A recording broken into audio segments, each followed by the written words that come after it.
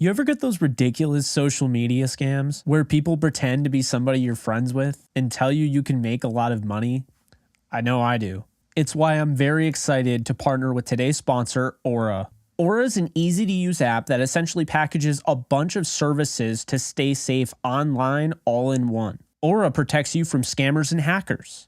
They scan the web for all sorts of data leaks and alert you as soon as they find anything. Aura is like the offensive line for a quarterback, consistently offering you protection from suspicious and malicious activity. They have a VPN built in that keeps your browsing history and personal information safe and encrypted. They'll even alert you if someone's trying to open up a credit card or a loan in your name. Did I mention they protect all your devices from viruses, malware, spyware, and any other things so the bad guys can't break in? Aura can even manage what your kids do on their devices. You can set limits and restrict them from specific apps. They have a password manager as well, so you don't have to rely on an outdated Rolodex or that sticky note that's been on your desk forever.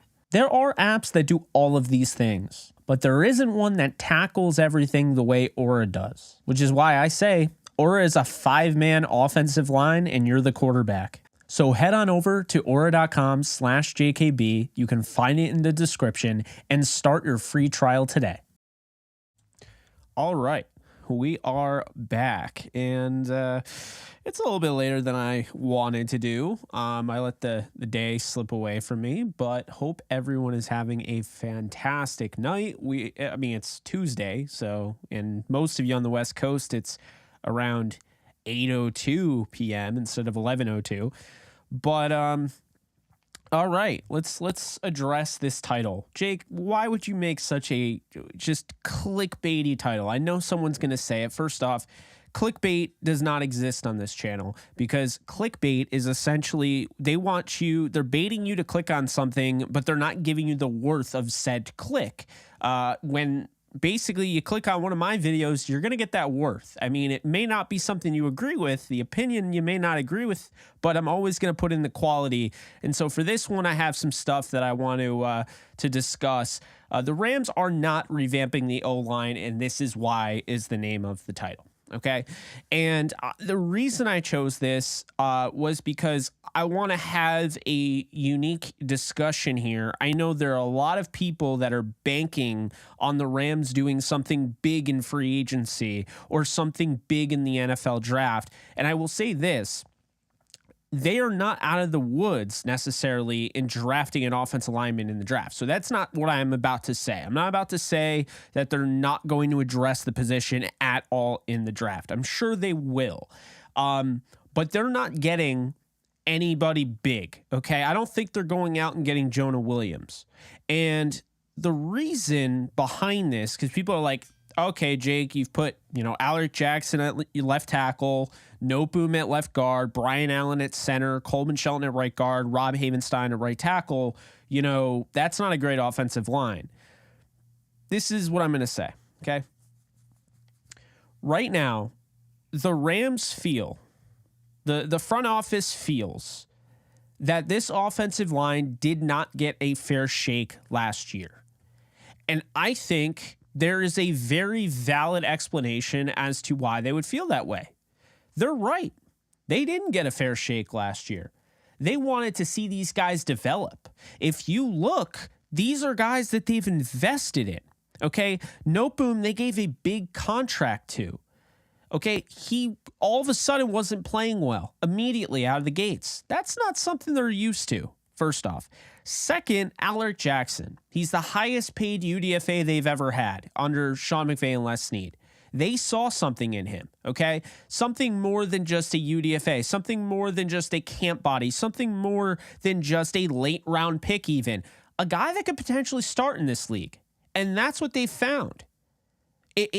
Could you consider him a foundational piece of the offensive line? I think you can. The thing that happened with him is that he suffers a blood clot in his leg and is done for the year.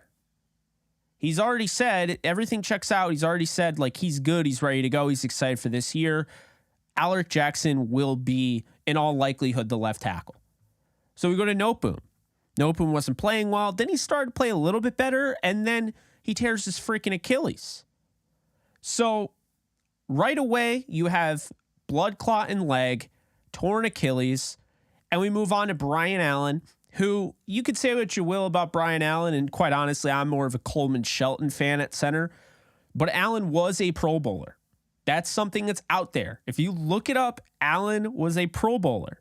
Okay, Pro Bowl alternate, whatever. He was in that conversation. That's a thing. That's an accolade. Allen may be a product of what's around him, but he's not a horrid center like some people would have you believe. And when he's healthy and the unit stays healthy, he's pretty solid. Coleman Shelton at right guard. Okay, maybe this doesn't happen. Maybe Shelton plays center, right? Okay, but regardless, Coleman Shelton is another guy who they got off waivers and has been a breath of fresh air for them. He signed another deal after cashing in on his opt-out. He deserved it. He's played well. So they want to keep rolling with him. They've had success with him. They've had success with Allen. Allen has the Pro Bowl, right? They've had success with Noteboom.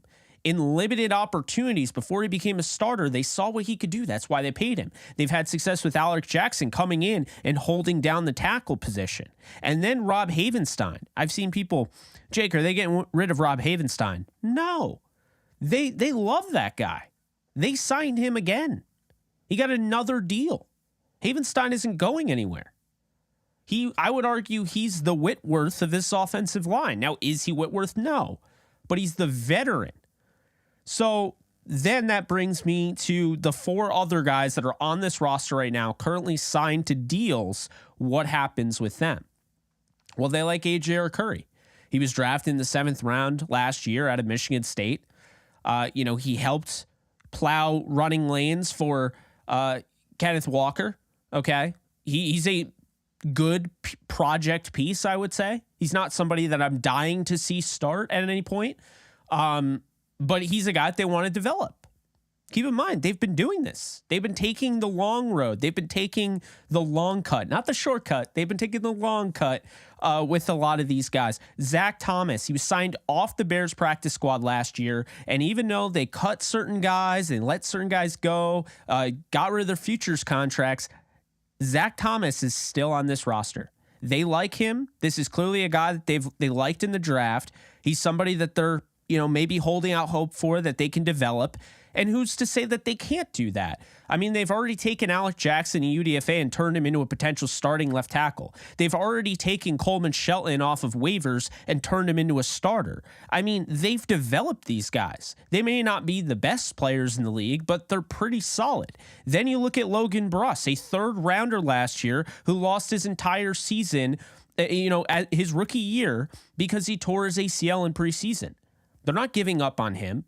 And then you have Tremaine Ankrum, a 7th rounder in 2020. Sure, but this is a guy, he was taking all of the reps on days off that Andrew Whitworth had. They like him a lot.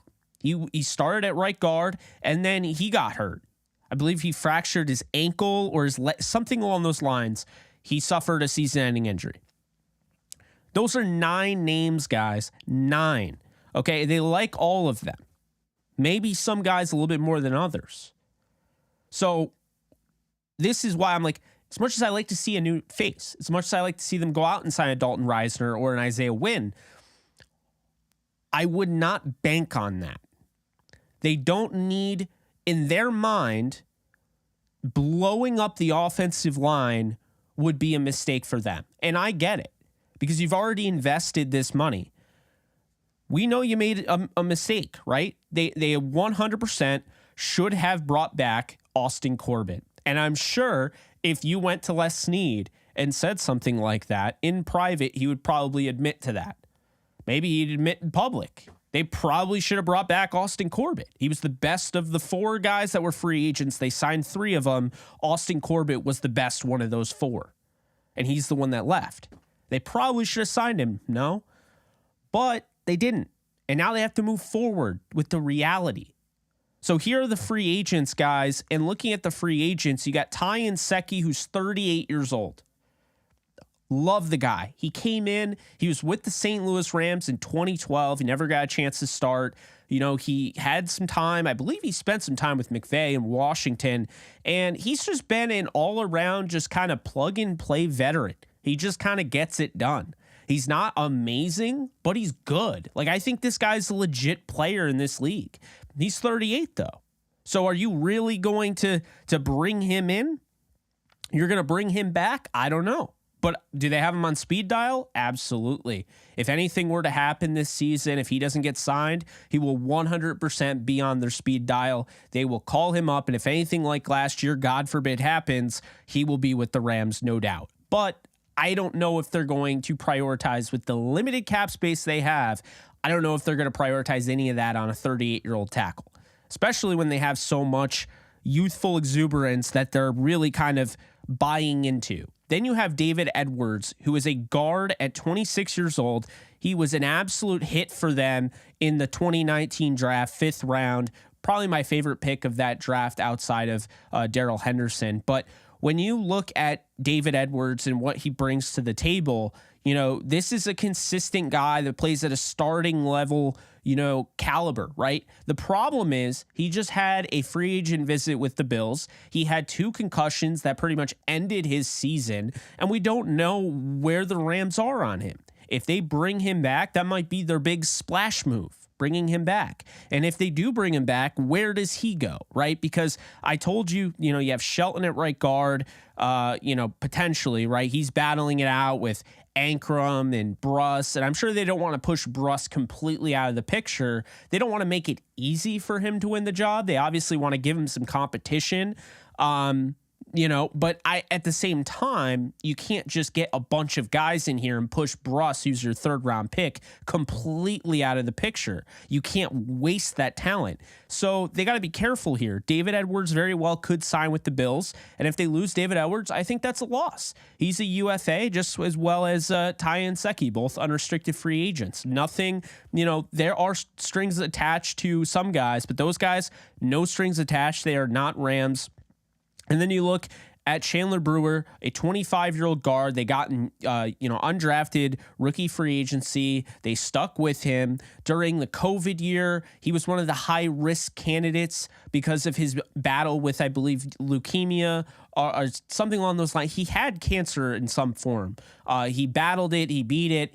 And so because he was a high-risk guy during that COVID season, they held him out that year. He held out and then he came back, and he just the way he continued to fight and battle and work his way into the starting lineup last year to the point where this guy was playing some decent football.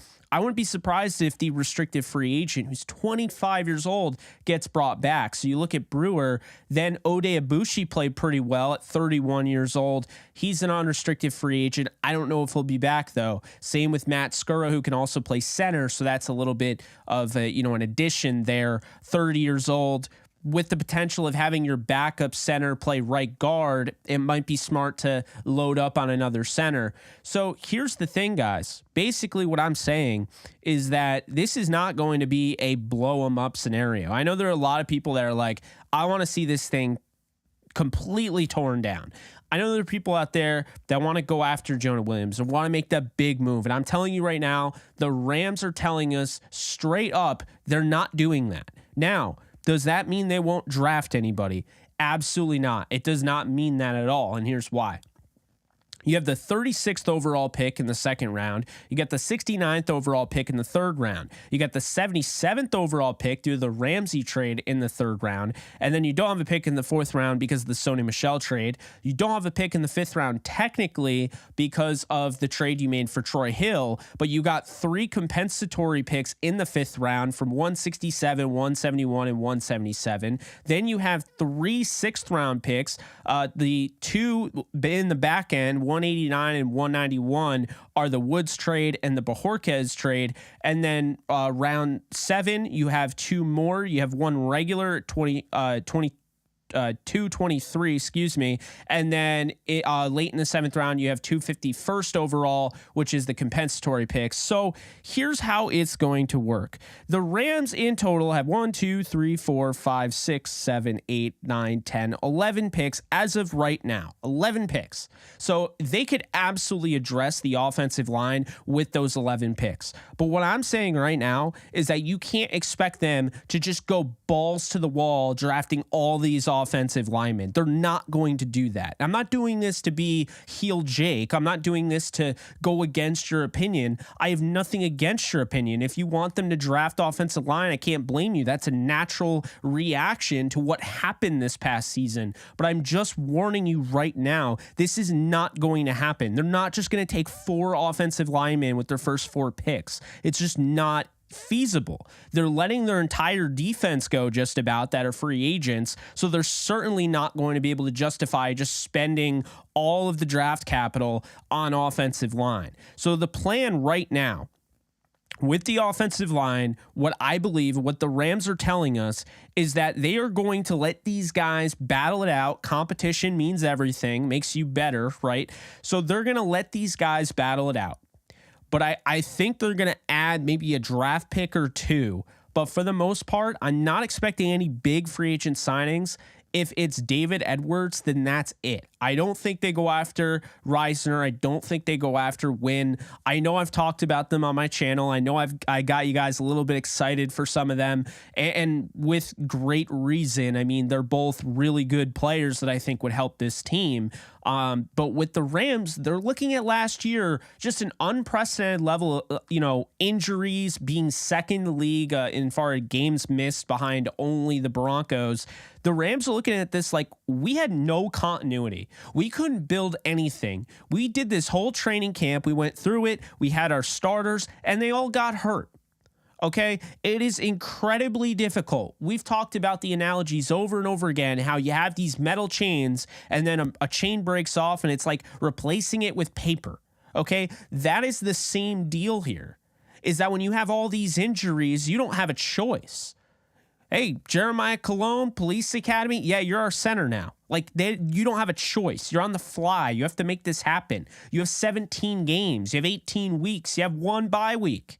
I mean, in order to make things happen, you have to just kind of go on the fly. The Rams know this. They won a Super Bowl doing that. They went out and they got Eric Weddle out of retirement, right? They go out and they sign Odell Beckham Jr. They trade for Von Miller.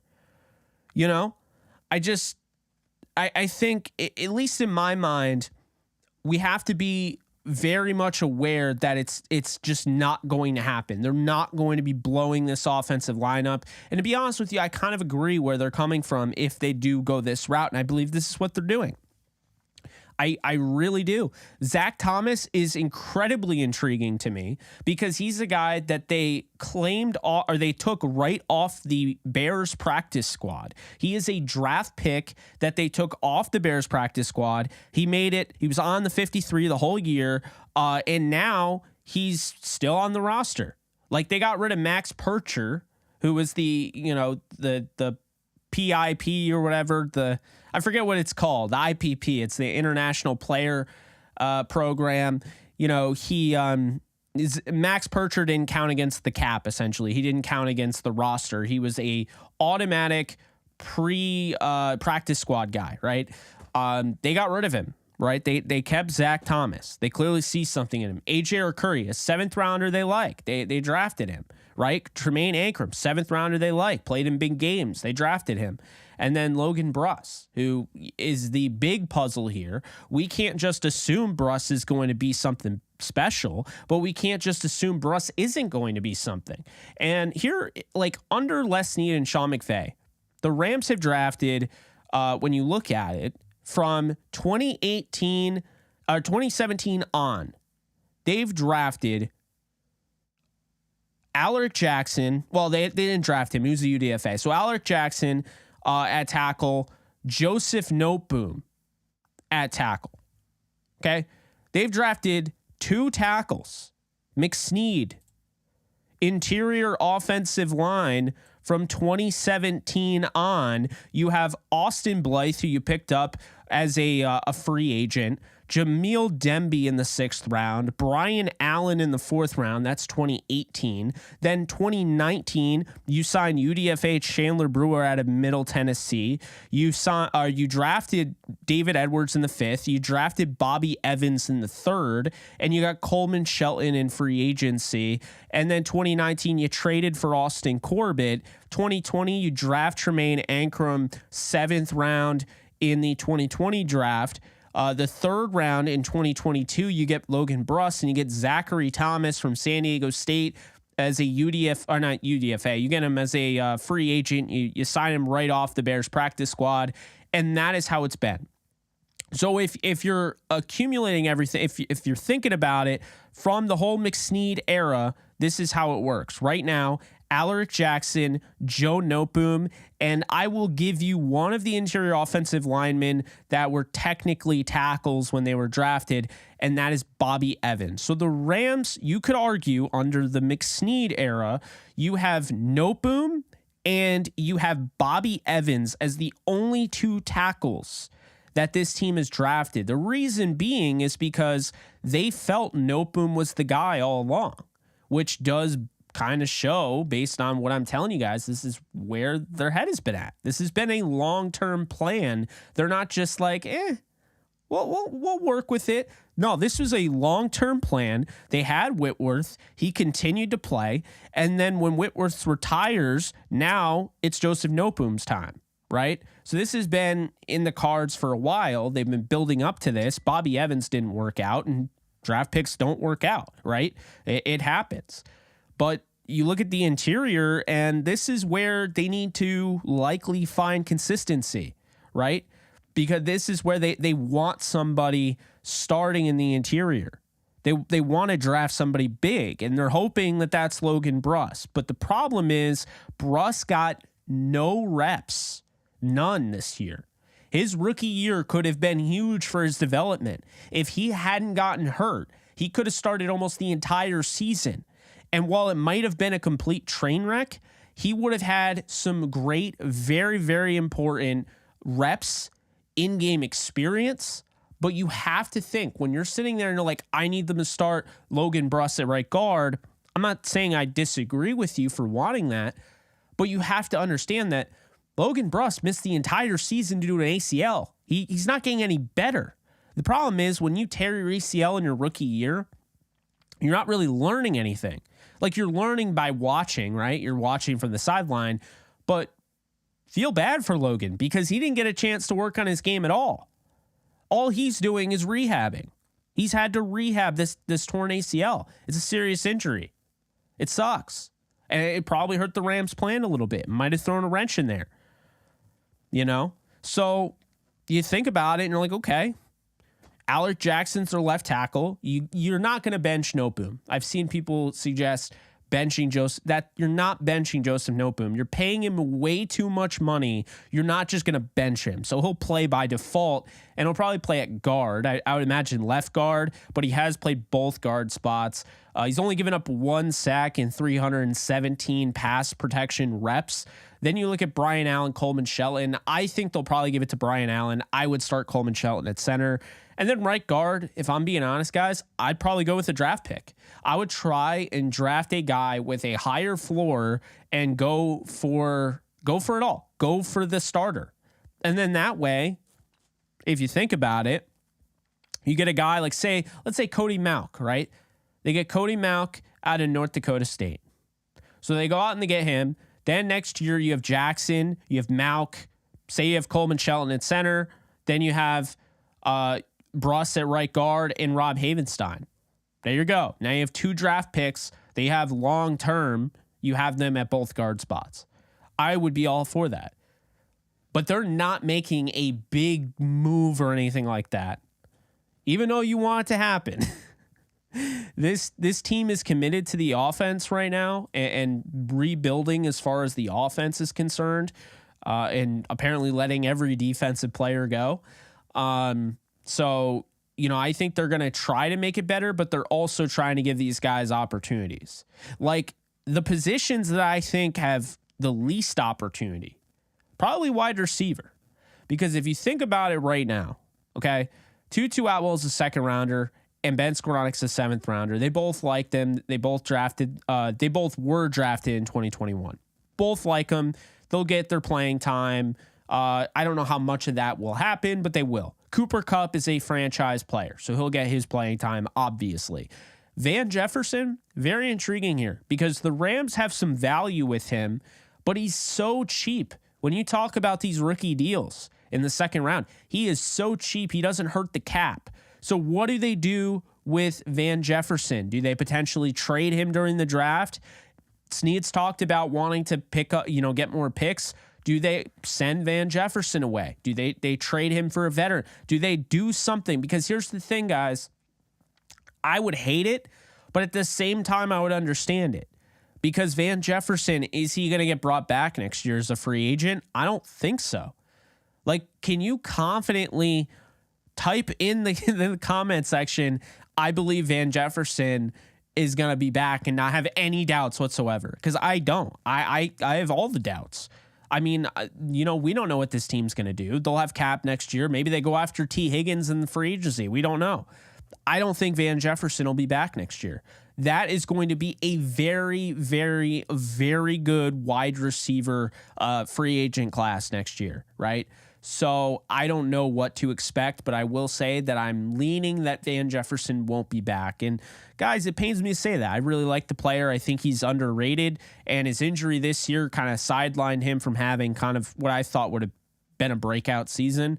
So that sucks. Another one that sucks. You look at, I almost said Rob Havenstein, Allen Robinson, okay?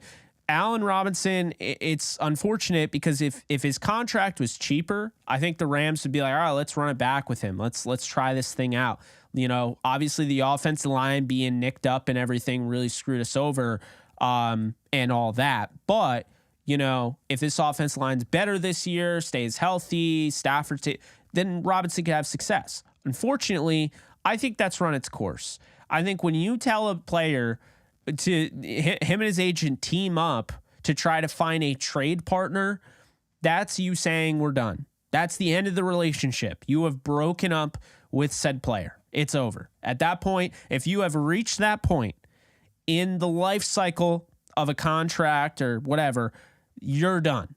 You've broken up with Allen Robinson. That is that. So I would almost 100% believe that Allen Robinson will not play for the Rams again.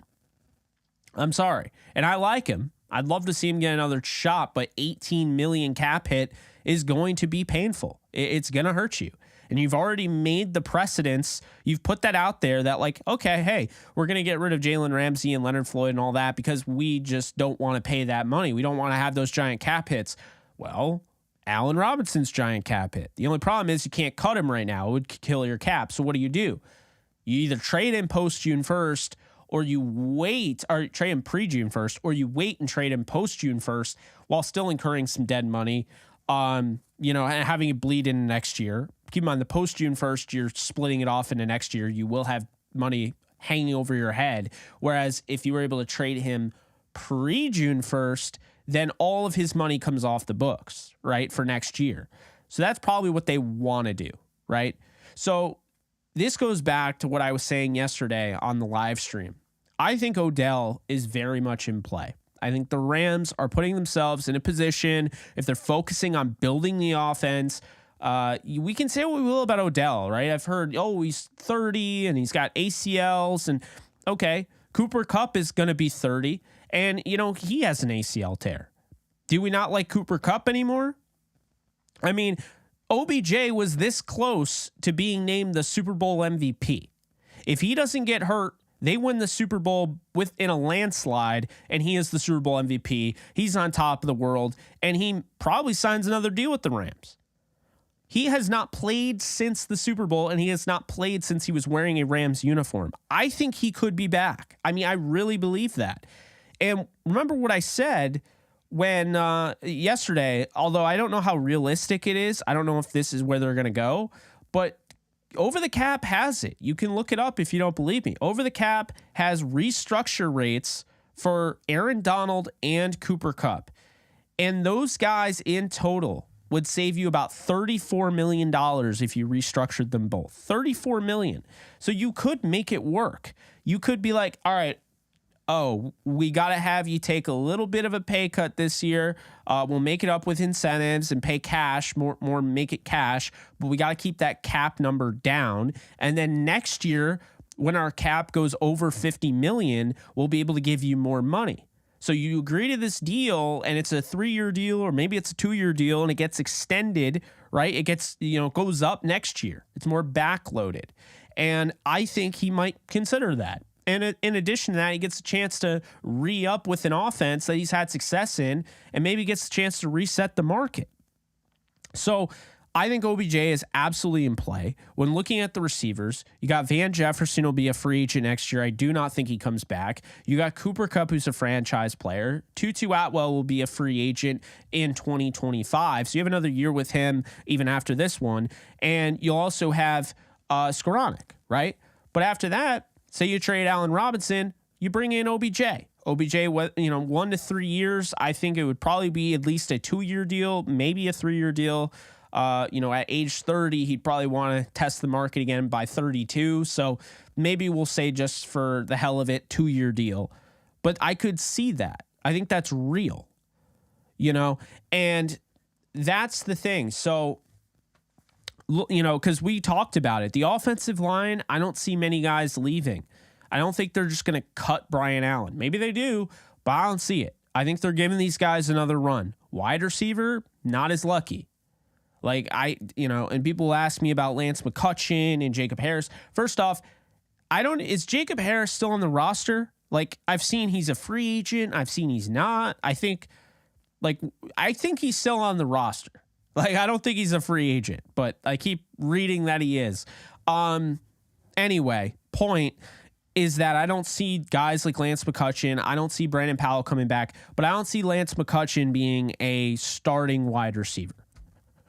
So at that point, you got Kupp, Odell, Tutu, and you got Ben Skoranek, which is leading me to believe that even if they get Odell, they're drafting a receiver. I don't know how high it'll be, but they're drafting a receiver this year. They're doing it with those picks. I don't know how early they'll be, but they're drafting a receiver.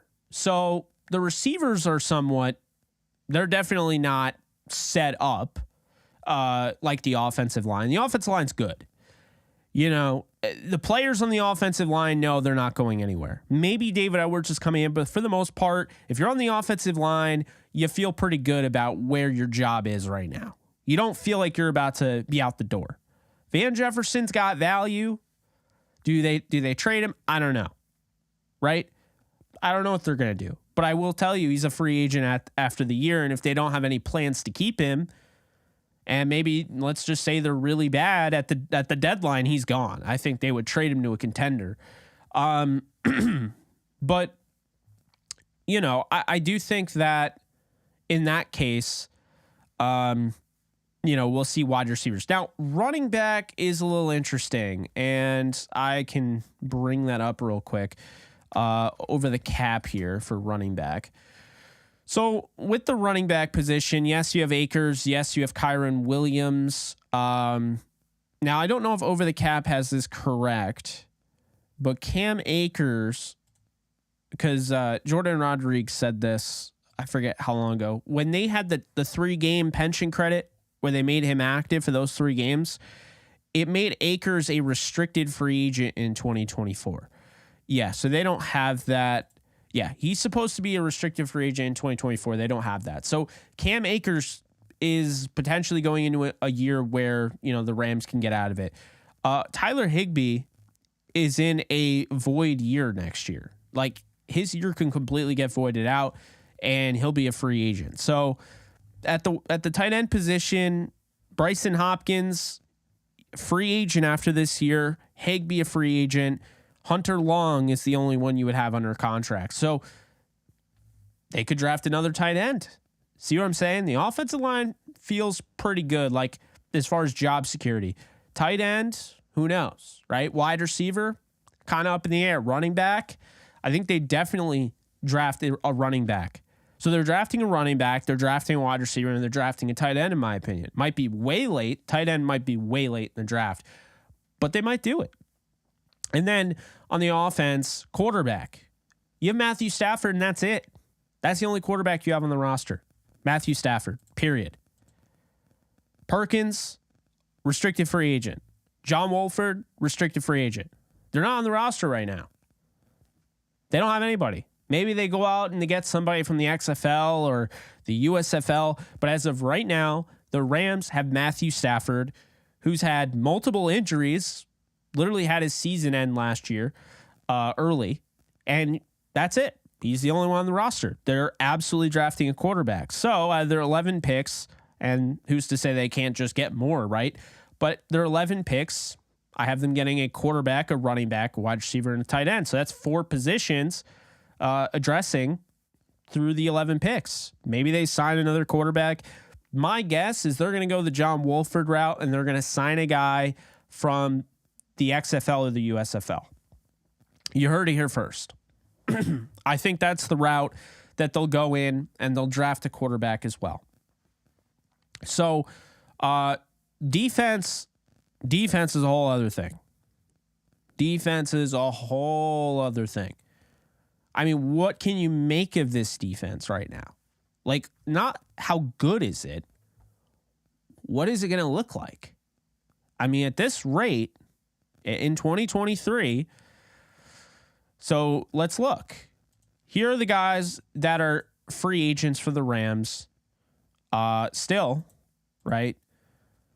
You have A'Shawn Robinson, Traven Howard, Greg Gaines, Marquise Copeland, right? You also have Taylor Rapp, and I believe Jake Gervais as well. I don't think they brought him back. So there's some guys there. Then you factor in cornerback Troy Hill. Does he come back? I think there's a chance. Certainly think there's a shot.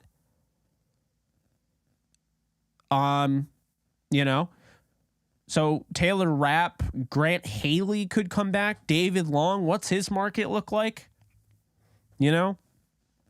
But I mean, this all goes back to what I've been saying. They have a lot of positions to address. They're not drafting a whole nother offensive line in this draft. They might draft a couple. They might draft just one. They're not drafting 5. They're not drafting 4.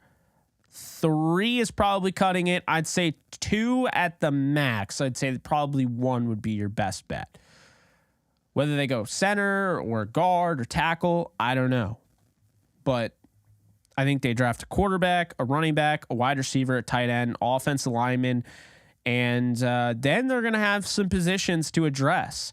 When you look in 2024 on the defensive side, you got Ernest Brown the fourth, edge or defensive line, whatever you want to call him. He's an exclusive rights free agent. He'll likely be back, no issue. Jordan Fuller's a free agent next year. This is a contract year for Jordan Fuller. Sean Jolly, they just signed. He's another exclusive rights free agent. Jonah Williams, interior defensive lineman. He's a restricted free agent. Roseboom's a restricted free agent. Michael Hoyt is a restricted free agent. And Laurel Murchison is a restricted free agent. So the Rams, this is very interesting here because when you think about it, their secondary is intact. Going into next year in 2024, their secondary is intact. They don't have any linebackers that are free agents, and one of them that's restricted free agent is Roseboom. On the defensive line, they might have to do some things, edge, whatever, but it's not a lot. And then Jordan Fuller at safety. So corners, for the most part, are untouched, and Jordan Fuller's the only safety. Then 2025 comes along. Ernest Jones is a free agent in 2025. Bobby Brown, Robert Rochelle, Richard LeCount, Jake Hummel, Keir Thomas, TJ Carter, and Zach Van Valkenburg. So, looking at it, I mean, I definitely can kind of see what they're doing. I know definitely kind of is kind of weird, but 2024, like the guys that they're having, these young guys that they really believe in, whether you believe in them or not, Jacoby Durant, Darion Kendrick, these are guys that obviously their contracts aren't coming off the books next year. These are guys that are on cheap deals that are going to help kind of bring in the next era. And that's how the Rams are looking at it. But if you're, investing as much as you are in the offense and you go into next year and say, we're going to put all the offensive players, toggle all of them for 2024. Here are your guys that are free agents next year in 2024. Zachary Thomas, exclusive rights, could come back. Ronnie Rivers, exclusive rights. Alaric Jackson's a restricted free agent. Tremaine Ancram's an unrestricted free agent.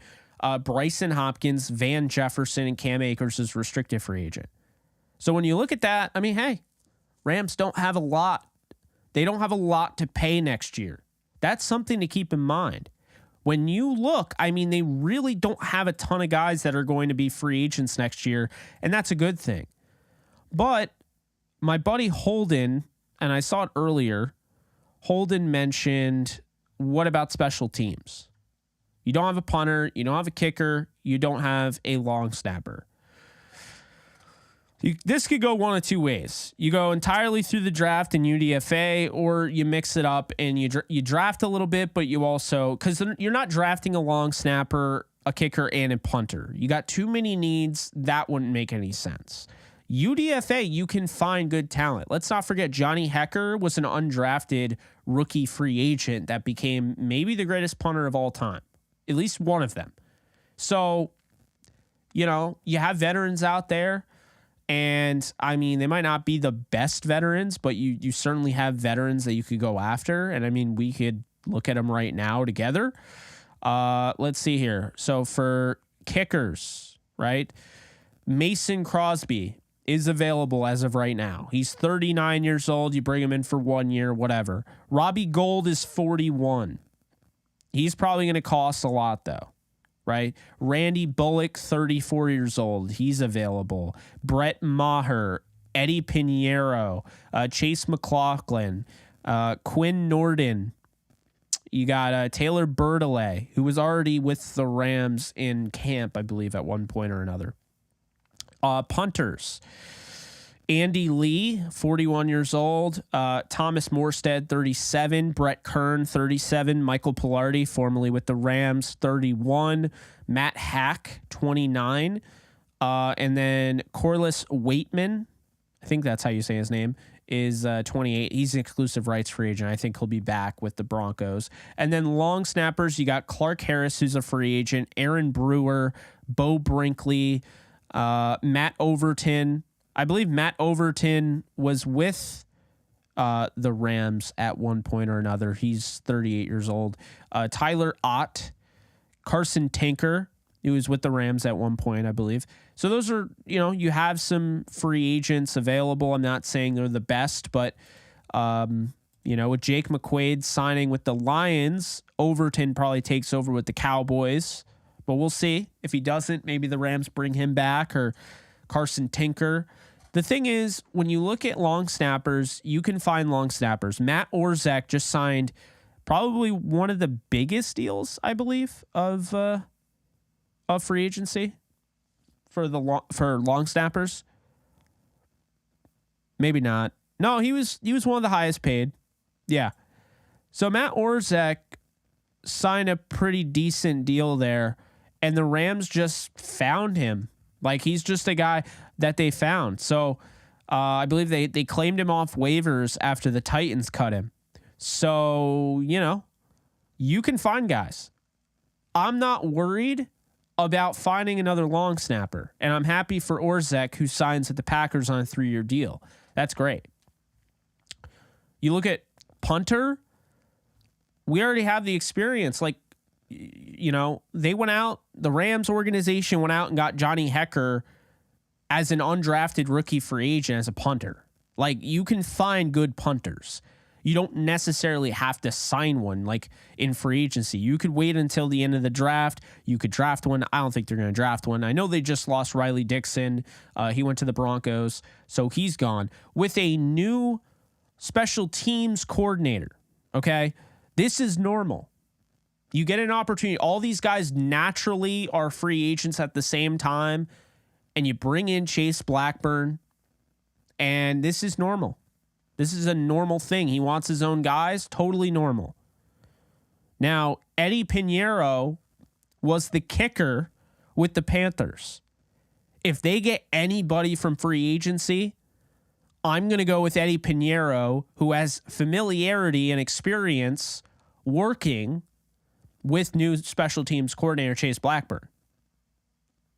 Right? So Eddie Pinheiro makes a lot of sense. He's 28 years old. Maybe they sign him to, you know, a cheap 2-year deal or whatever. That makes sense. He might want to come and play with his special teams coordinator. On the punter side of things, there are no Panthers that are free agents. And then on the long snapper side of things, the Panthers long snapper, J.J. Jansen, was re-signed by Carolina. So if you're looking at anything, here's what if I had to predict, right? If I had to make a prediction, I think the Rams will sign Eddie Pinheiro at punter. So that's my first thing. Or kicker, excuse me. I'm looking right now at the punters in the NFL draft because I'm very curious where we're going with that. They might draft one. I gotta check them out, but they got. All right, let's look. Harrison Mevis out of Missouri. I think he's a kicker, so this isn't gonna work. Yeah, I gotta find a punter ranking. Top punters in 2023 NFL. Okay, Bryce Behringer, Michigan State. They're saying 178, not going to happen. Maybe Michael Turk from Oklahoma. They have out and going undrafted. Michael Turk from Oklahoma. Ty Zentner from Kansas State.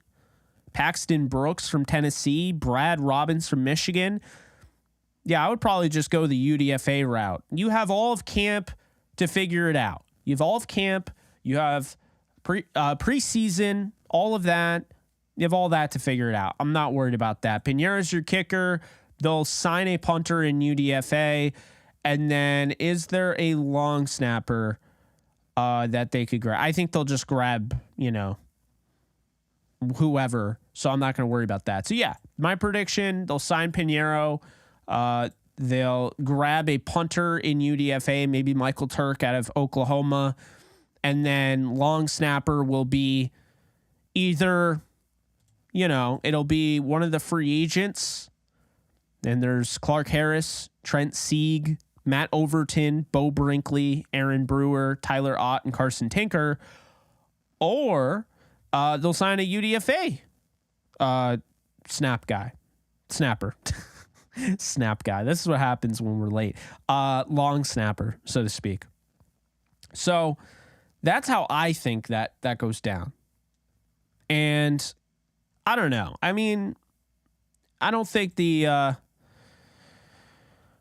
special teams is a lost cause. They could probably find another kick. I mean, Eddie Pinheiro is not Matt Gay. So, that's something that needs to be said. I'm not saying he is. I'm not saying he's great.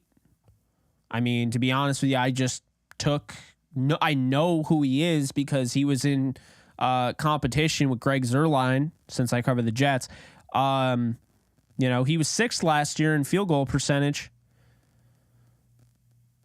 Tied for 22nd with the longest field goal at 54. He was tied for sixth in points with 129. So yeah, Pinheiro's longest career, I believe, is 54. Yeah. His longest career is 54. He was 33 of 35 last year, folks. But the problem with him is that he was 13 of 14 in the 40s. He was 16 of 17 in the 30s, but he only kicked twice in 50 plus. And I mean, 2 of 2 is not bad. He's 5. He has not missed a kick 50 yards or more, right? But he doesn't have a ton of experience with that. So if the Rams are constantly kicking from outside the 50, outside of 50 yards, then that could be a little bit of an issue. Let's look at Matt Gay's stats. So looking at Matt Gay, clearly he's a better kicker. But field goal percentage, Eddie Pinheiro is higher than Matt Gay in by 1%. He's 94.3. Matt Gay is 93.3. Extra points is where Eddie Pinheiro has struggled. He missed 2 last year. Matt Gay missed 1 last year. Matt Gay's longest last year was 58. Pinheiro's was 54. Matt Gay with 115 points, which is 16th in the league. Pinheiro was 129. So I don't know. I think I'd sign off on an Eddie Pinheiro signing. Not to talk too much about kickers, but the guy is a 90% field goal kicker.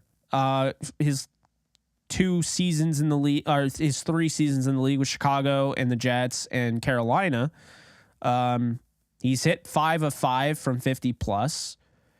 I mean, he's missed 5 extra points, so I'd like to see him get better at that. But I don't know. What do you guys think? Eddie Pinheiro, is he good? I mean, for you, obviously, I think he's a good kicker.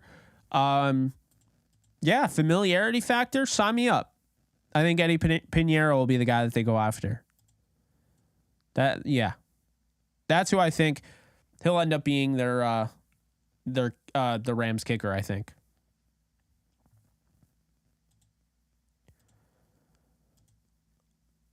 I'm not going to talk too much about it because I don't want to make this all about kickers, especially for new people, joining in.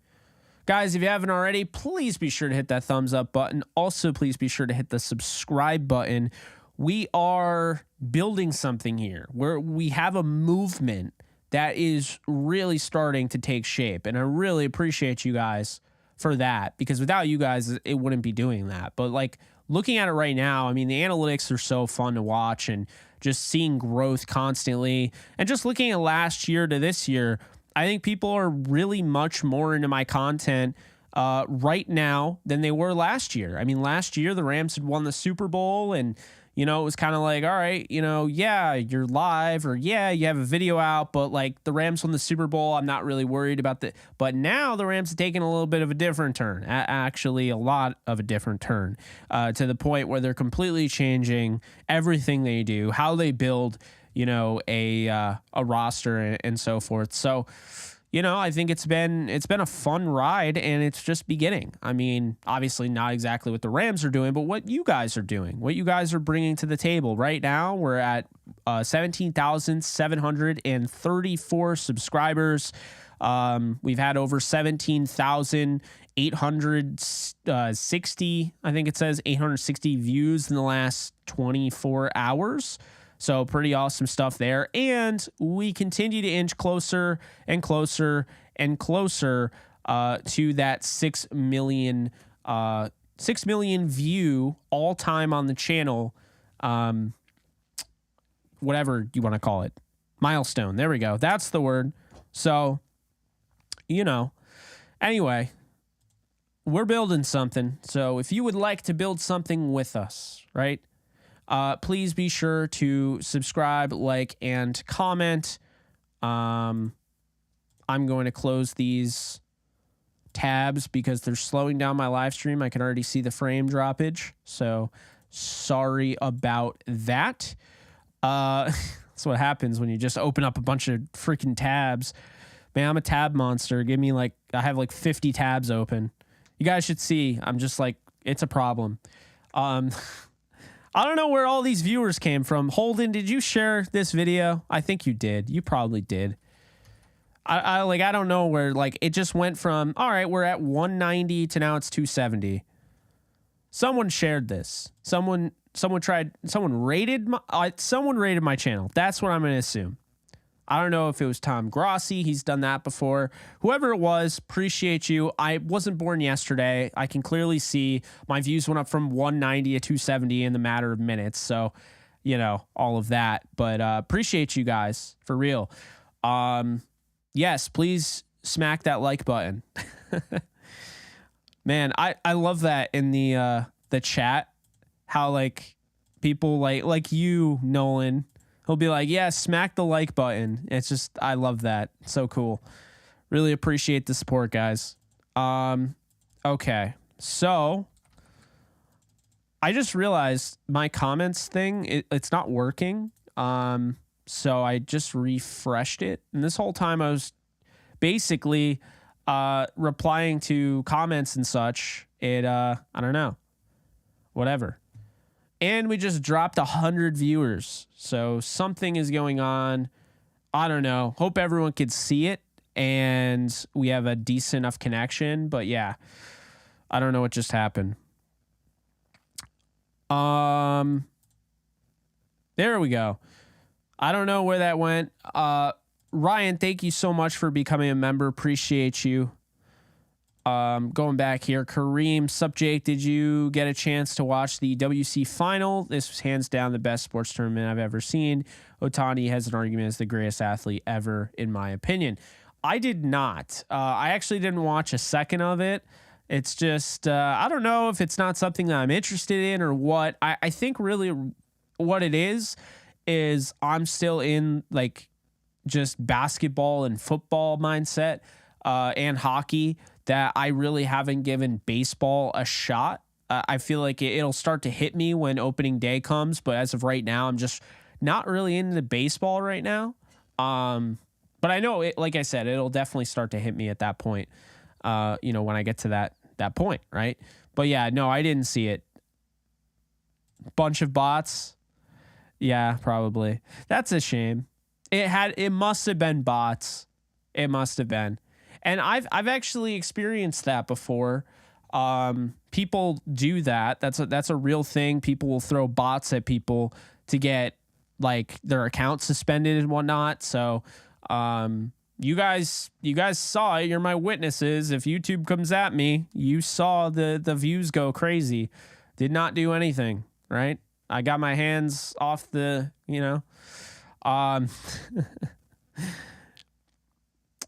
So, Ariza, so I don't really know what happened. I guess he didn't do it, or he was ruled not guilty, and he's going to play soccer now, last time I checked. So I'm not really sure.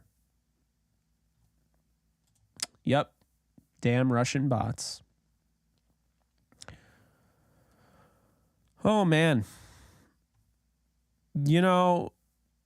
Big thing with me is that I'll be talking so much and like completely lose track of time.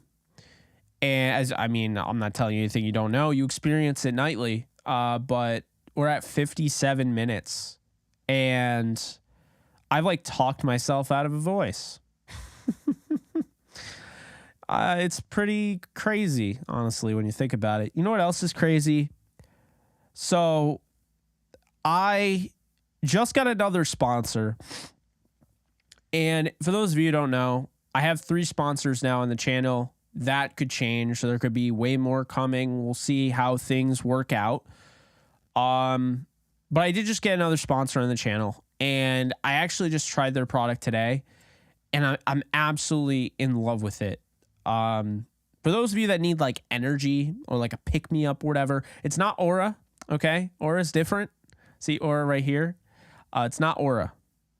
But I am going to drop the link because I honestly love the product. I'm so excited to partner with them. If you guys didn't see my Twitter account, I am partnering with Neuro. And man, Neuro is just awesome. It really is. I don't partner or sponsor anything I haven't already tried, right? I'm a big believer in I'm not going to just throw stuff at you and swindle you into stuff, right? So you can use my promo code down below, or you can use my link down below that I just posted. And let me just tell you right now, their mints, and I haven't put out my like actual, ad, so to speak, or whatever you want to say, like my integration with them. I haven't done the official one yet, but it's so good. I have to recommend it. It's Neuro Mints. And like I said, you got to try it out. I got 90 in this pack, peppermint. And basically with these, they're vegan, they're aspartame free. Big thing for me, anybody that knows, I've been clowning my folks at home. They love, buying all the diet stuff. And I will always look, and if it's aspartame, like I will give them crap for it because aspartame is not good for you. So this is aspartame free, sugar free, and gluten free. And basically you take 2 of these and oh my God, I could not have had more energy without any jitter or anything like that. Today I needed to focus, and I feel like my focus was getting divided every which way. And, you know, I'm watching Tyree Wilson. I'm watching tape on him, and I'm really trying to focus in on that. And I got, you know, I'm watching the Twitter feed, and I'm, you know, trying to like edit a video. It was really stupid, right? Well, I popped these two in, and oh my God, like so good. First off, they taste pretty solid for being sugar-free. And I am a picky person when it comes to flavor, but they taste pretty good. Peppermint, great flavor. And man, it was like, you know, you could kick the coffee. I'm not just saying that. It's not just a tagline. You could literally kick the coffee with this thing. I had not had any of my Rise today. For those of you who don't know, I'm not sponsored by them, but I get Rise mushroom coffee. Love it. Cordyceps are in them, so if I end up turning into one of those infected monsters from The Last of Us, well, you'll know why. But I love it, and I didn't, I didn't have any today, and I was feeling the effects of not having it, and I was just like groggy when I woke up, and I just had two of those things, and I was like, holy hell, this is awesome. Like, it worked almost like instantly for me. And I don't know if it's going to work instantly for you, but like for me, like I actually had that experience, and I was just like, damn. So yeah, if you guys want to get yourself a pack of them, like I said, you can get 90 in one pack. They have multiple flavors. I have another one here, honey lemon. And I have not tried the honey lemon yet. I will have to do that. But I can absolutely sign off on the peppermint. It's awesome. Natural caffeine. You don't have to, there's not like additives or anything like that. Just love it. Love it. I will be using it every day. And man, if you do not want to drink coffee, but you want energy and you don't want to be all jittery and everything, because I hate that. When I get jittery, I get pissed. Then you gotta try Neuro. I'm just saying right now, you'll be seeing more of Neuro. This was not like, part of the agreement, signing the deal with them. This is just kind of going off the cuff, just being real for a second, not being scripted or anything like that. Not like I ever script anything, but this is like real. Like I'm saying, if you guys, I think this is a product that you guys absolutely, I think, would vibe with, because we all want energy and we all want to not be jittery, right? And I think that definitely does that. So once again, the link is right there. Go grab yourself a pack or 2 or 3. I don't care. They're 90 in there. Like I said, you take 2 and it's better than coffee. And I can attest to that because I've had them. So yeah, that's my little bit there. Does it have any riboflavin or flavin? My favorite cereals always used to have a great source of riboflavin or whatever that is. All right, so let's see what's in this. So we got L-theanine, B vitamins, vitamin B6, vitamin B12. It does not have riboflavin, or the one that you were talking about. So yeah, 2 carbs, 2 grams of sugar alcohol, and 80 milligrams of natural caffeine. That is for 2 pieces, which is considering 1 serving. There's 45 servings per pack. So can't do the ice baths. I just can't do it.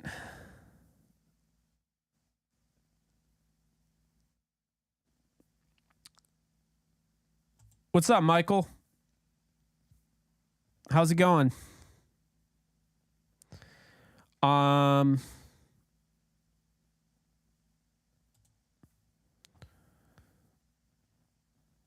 There's no way that I would be able to do, be able to long snap. There's no way.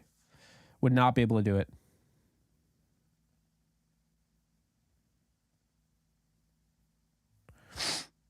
Have you seen those YouTube shorts that are AI voices for the presidents and other people? It sounds scary accurate. Yeah. Let's talk about that real quick. Just in case anyone ends up taking my voice and making it AI. Just in case. if you hear anything along the lines of, I'm not a Rams fan, or I hate the Rams, or I hate the Jayhawks, I'm not a Jayhawks fan, Starset sucks, Ice Nine Kills sucks, I don't like horror movies, the MCU is trash. If you hear any of that, you'll know it's fake. I feel like that's like that's my thing out there. And if you hear that, it will have been from this live stream, and I'll be able to tell. I'll just be able to tell. No doubt about it. But yeah, definitely not looking forward to that whole that AI thing. AI is cool. Okay, I like it to a degree. It's made my life a little bit easy because you can organize stuff and whatever. But big issue with AI is going to be like the danger. Like, you talk about cancel culture, right? Think about AI and what that could lead to. Like, people saying whatever they want to say with my voice or your voice. I'm just saying. Got to watch out about that. So yeah, I'm not a big fan of this AI stuff. I think those videos are absolutely hilarious, but it's dangerous. And I do think, even though I'm not like, I'm not really pro government intervening in everything, this I would understand. I think this makes sense. I absolutely agree with you, because it gets to a point where it's putting your safety at risk. I mean, think about it. You put something on the internet in AI, someone you dislike, and you have them saying a certain word or certain sentence or whatever, and now you have all these people that want to, grab their torch and pitchforks and destroy them. I mean, think about that, right? So, yeah, that's some dangerous stuff. It's amazing. It's 2023, and we're finally in the era of AI really starting to take it over.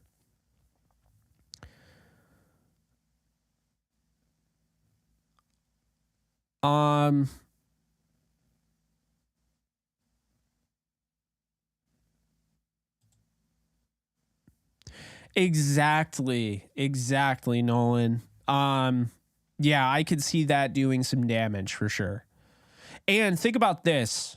You're just thinking in terms of, like, I guess maybe I'm also doing it too. Like, right? Like, oh, cancel culture, right? Like, oh, how this would make me look, how this would affect me.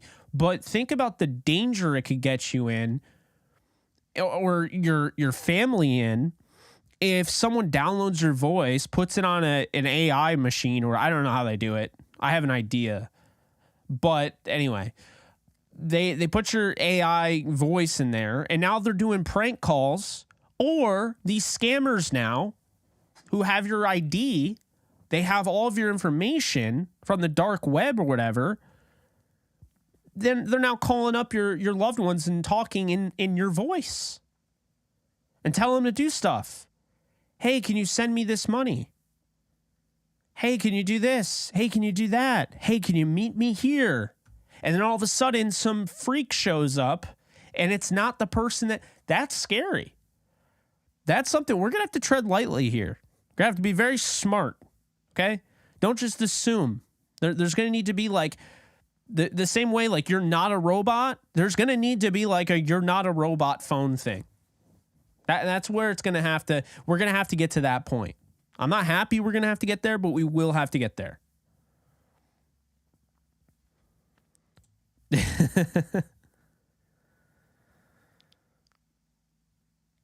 That's the sad thing. They're absolutely going to get finessed. I mean, old people already get finessed. So yeah, it's scary. And I'm sure it's easy as hell. I'm sure there's going to be these, and this is the problem, is that you'll have these, you'll have certain products or certain like services where all these people are trying to do is make your life easier, right? Like, I want to make a podcast, but I don't feel like speaking or whatever, so I just type it out and then I give them my voice or whatever. And like, I'm not saying that's what I would do. I'm not like agreement of that, but I'm sure there's going to be a service out there that allows you to make it easy to like copy your voice, but then people are going to use it for the wrong things. Oh, you know it. You know it. Absolutely. And think about it. For the certain sounding scammer, I don't have to tell you what a certain sounding scammer sounds like, right?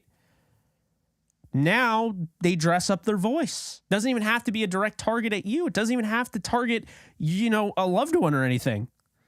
A direct, the scammer sound now all of a sudden sounds like a nice person that doesn't sound like they're going to scam you and just sounds like just everyday, right? Just an everyday nice person on the phone.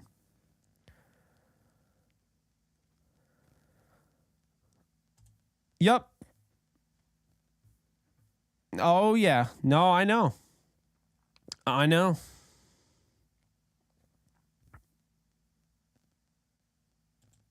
See, that's horrifying.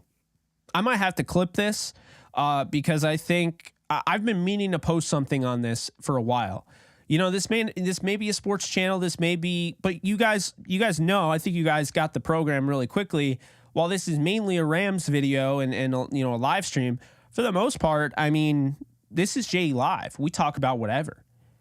I'll talk about the Rams for maybe 59 minutes, but if someone asks an interesting question or something like this, then we have a conversation here and people are talking about this.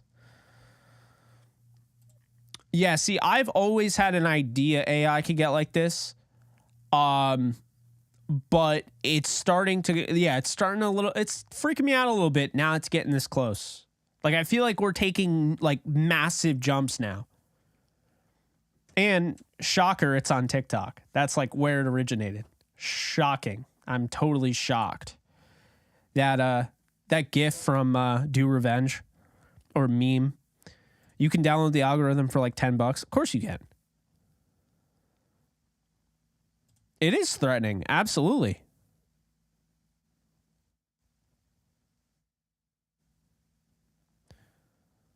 Yeah, just be careful, guys. Like if something feels off, listen to your gut.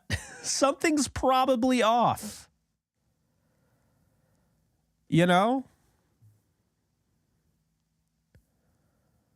Oh God, Ultraman. Yeah, that's a thing. Yeah, I mean, I'm just waiting for somebody to prank call me with the Ultraman AI sound. That'd be funny. No, that's my rule. If something feels off, it probably is. If something doesn't feel right, use your gut. Your gut's right more often than it isn't.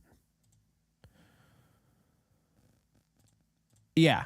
And nothing's free. That's another thing. Nothing's free. Just remember that. Just be aware. Nothing's free. Oh, no. Oh, one of you guys, you're gonna leprechaun prank call me. That's what you're gonna do.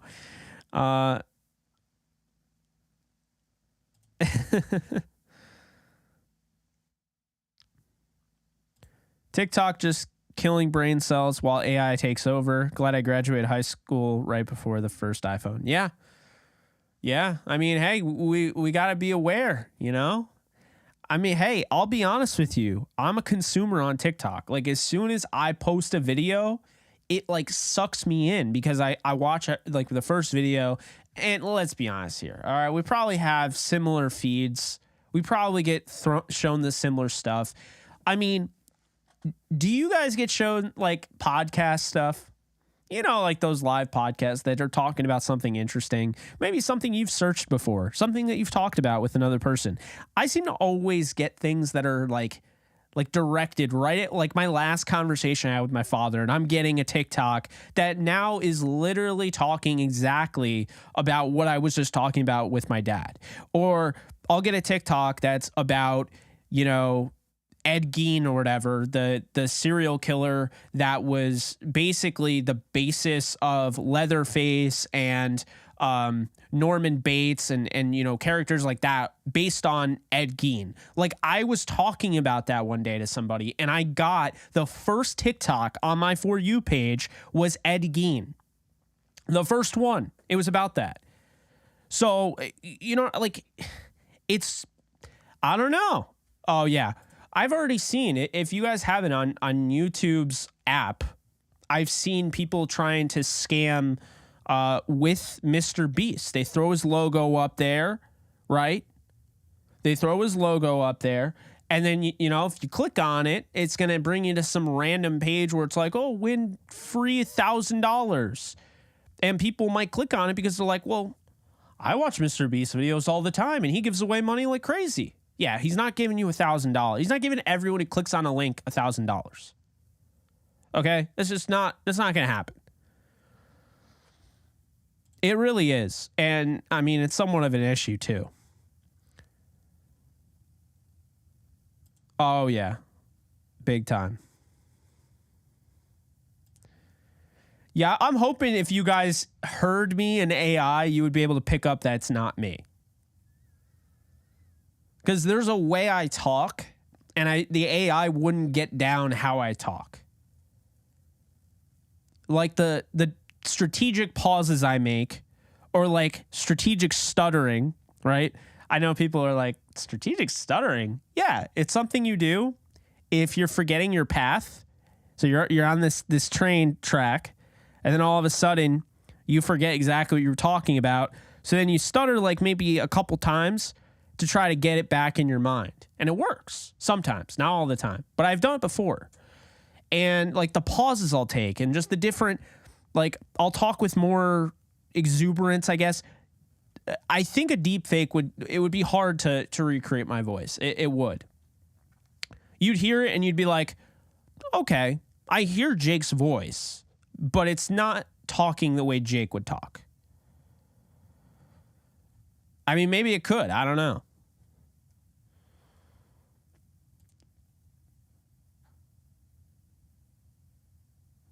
Yeah, that's horrifying. Yeah, I'm seeing more and more and more of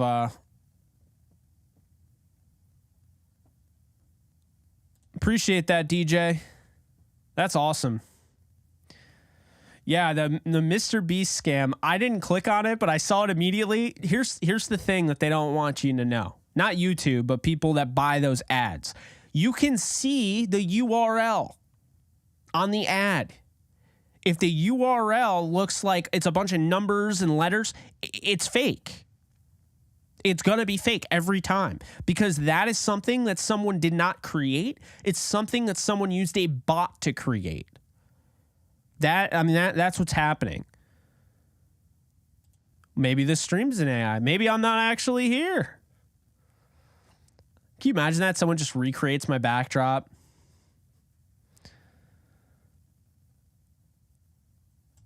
Oh, God, don't even get me started. I got way further on my whole quest playing Hogwarts Legacy than the last time I saw you guys when I was playing. And you guys missed it. I would have been clipped for days. You guys would have had me viral all over the internet because I can't handle spiders. And when I was playing that Richard Jackdaw quest where you're in the freaking cave and there's spiders every which way, whether they're crawling around your face and they're jumping down and all. No. Like I would have been clipped for days. People would have been making fun of me like crazy because I was jumping like crazy. I was losing my mind and I was by myself. Crazy. Oh, no, you got me sucked into that rabbit hole. The ChatGPT rabbit hole. Oh, yeah. That live stream got completely derailed. It was great, though. I enjoyed it. Is this real life? Yeah, it can. So I'll be careful. I mean, I'm not really being careful. I'm publicly putting myself out there for my voice to be captured by anybody. That's not exactly careful, but it's my job. It's my life. It's my career. It's what has to happen. I'm not just going to not talk anymore. Plus, all the stuff I've already put out, people will be able to do that anyway. People that wanted to go that length. And if they do, then they do. I'll get through it. But I will say, though, if you try to defame me by using my voice, you better hope you do it before I become big. Because if I'm big when you do that, I'm suing your ass into the ground. Period. Full stop. I will come at you with reckless abandon. If you think Brett Favre was bad, no, I will be worse. So just, I mean, in the effort of transparency here, I have warned you. If you try to use my voice or any of my creative content, whatever, I will see you into the ground if you wait until I become big enough. I'm just saying. Chat GPT rabbit hole. For some reason, spiders the only thing that scare the crap. Yeah, same. I think spiders are horrifying. I get a little nauseous.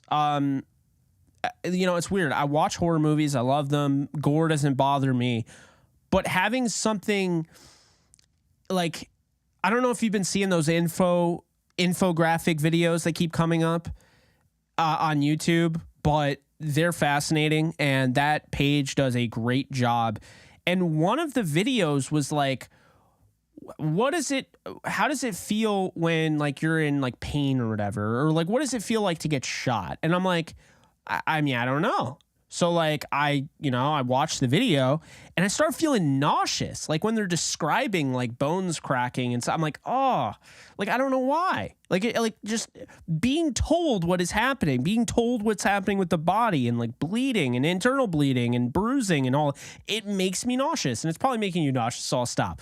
But that is my thing. That makes me nauseous and spiders scare me more than anything, period. Full stop.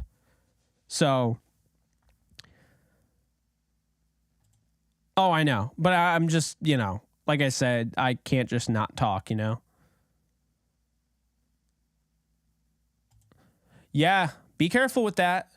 Be careful with that. Like you got lucky because it was Netflix that you didn't have. So I had that the other day. As a matter of fact, I'll look it up right now. I had a payment declined. Oh, you know what? I might have deleted yeah, I probably deleted the text because I was pissed off. Because I was like, oh, you're trying to scam me? I always throw a couple jabs in there. I'm looking for it.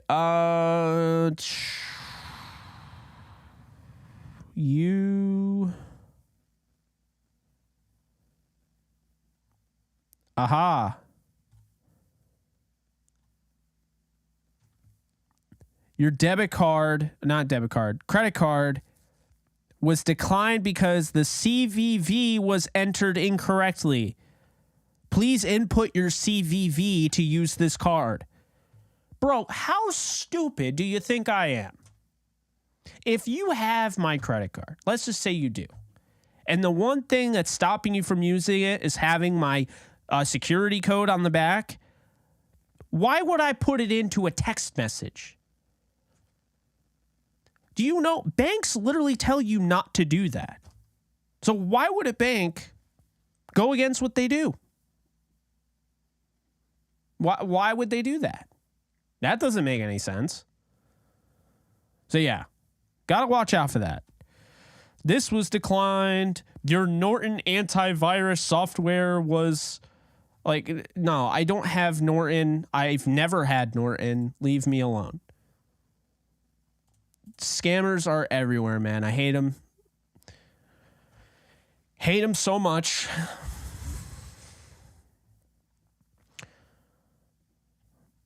My mother always said, Jake, you don't hate people. Oh, no, I hate scammers. Oh, I do. Yeah, that's never happening. Never watching that. Never. Period. Never watching it. Nope. Never watching any of those.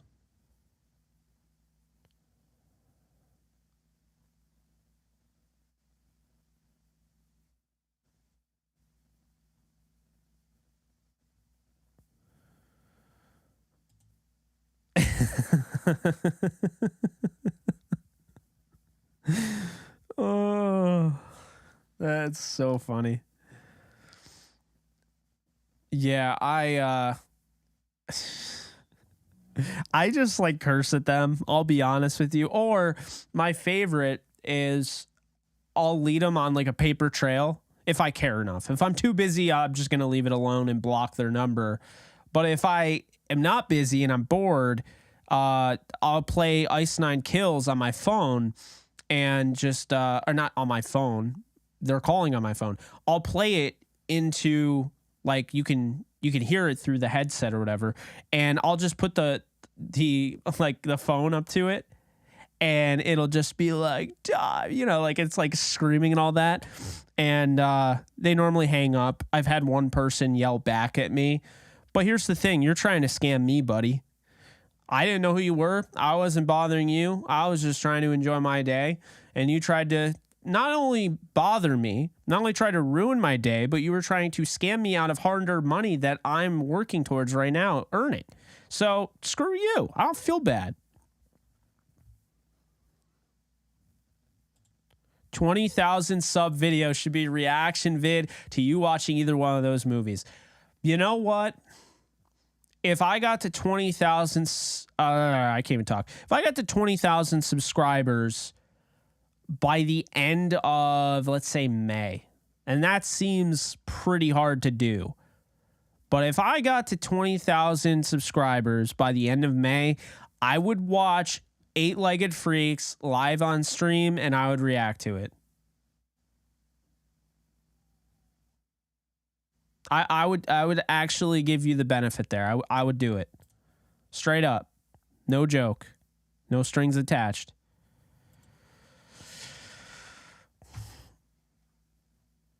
For those of you who haven't already, please be sure to hit the like button, also known as the thumbs up button. And if you haven't already, be sure to hit the subscribe button. We're working on just building this brand. We're continuing to grow, and it's a lot of fun. And if you want to be a part of the movement, you know, we're the unstoppable train that just keeps rolling. Then yeah, you should do that. We're at 17.7K, getting closer to 18,000. We're close to 6 million views. Things are good on the Jake Ellenbogen channel. Still waiting on that job. We'll see what ends up happening. Fingers crossed. Could definitely use another job. I do this full time, and all my content, that's literally how I, you know, make money essentially. So I could use another form of income, so to speak. Yeah. Yeah, you guys, you got to get people to subscribe. That's what you got to do. If you want me to watch Eight-Legged Freaks or whatever the hell. What's better, Eight-Legged Freaks or Arachnophobia? What's the better one? Someone's going to say Eight-Legged Freaks. I already know it.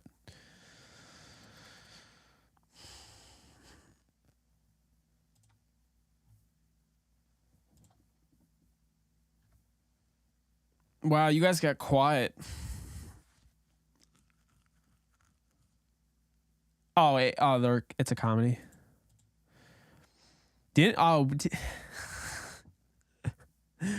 Oh man, we might just do that on the Discord.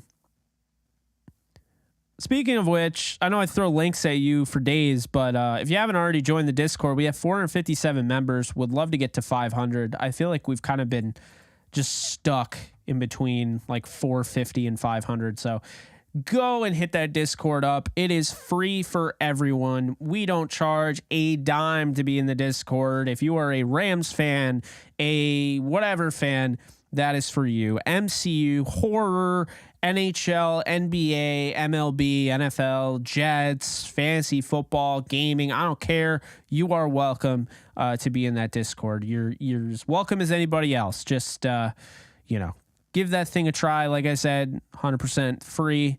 We don't do any of those charged Discords.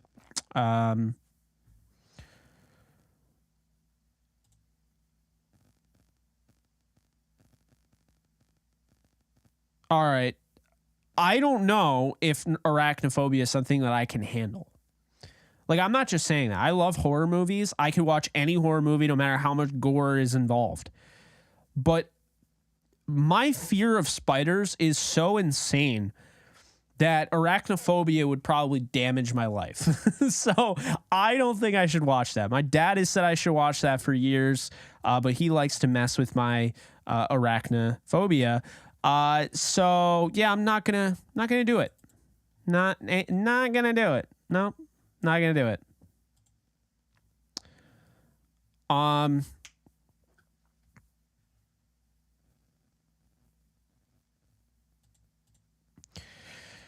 So, what position should the Rams get at 36? I couldn't tell you for sure, but what I will say is that I did some research on the number 36th overall pick. Actually, fun fact, the 69th overall pick, nice, is not great.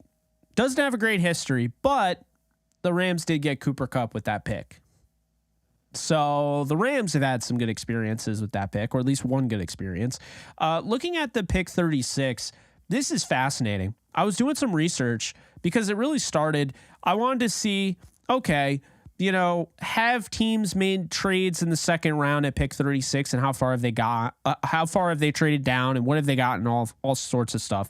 And I found some stuff that I was interested in. If you didn't know, Les Snead in 2017 traded away the 37th overall pick, not 36th, one higher, 37th overall pick, and he went down 7 spots to pick 45th and select Gerald Everett. He also, in turn, trade away a 5th rounder so he could acquire an additional 3rd and select John Johnson with that late 3rd rounder that he acquired. So the Rams have traded down from exactly or right around where they are right now. Could see that. With the 36th overall pick in the NFL draft, number 22, from 2022, the Jets selected Breece Hall, who was leading the league in rushing in his rookie year, was on a fast track to be Offensive Rookie of the Year before he tore his ACL. I would say that pick has looked pretty darn good early on in his career. 2021, safety Javon Holland goes to the Miami Dolphins. He's turned into an outstanding safety, one of the best young safeties in football. In 2020, at that very pick, the Giants got a pretty solid safety in Xavier McKinney, who I think we are just seeing the beginning of what he can be. 2019, everyone knows him, Deebo Samuel of the San Francisco 49ers. He's one of the best, honestly, one of the best pure offensive players with the ball in his hands. He was picked 36th overall in the 2019 draft. Shaquille Leonard, also known as Darius Leonard, was selected 36th overall by the Colts in the 2018 draft.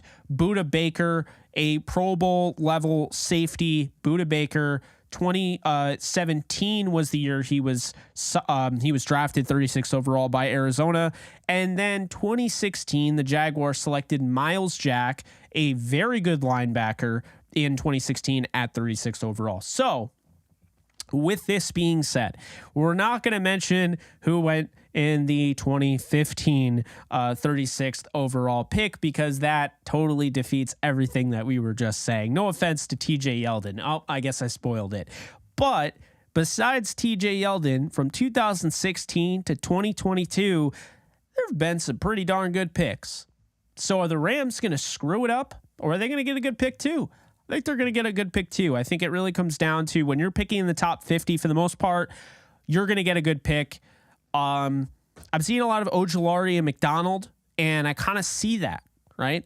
So that would be interesting. That would be interesting. I have not done my full deep dive on the edge yet. I'm just getting into it. I finished my video on Will Anderson, who, man, would love to have, but that's not going to be the case. Tyree Wilson out of Texas Tech is not a fit for this defense, but he won't be there for the Rams anyway, so it doesn't matter.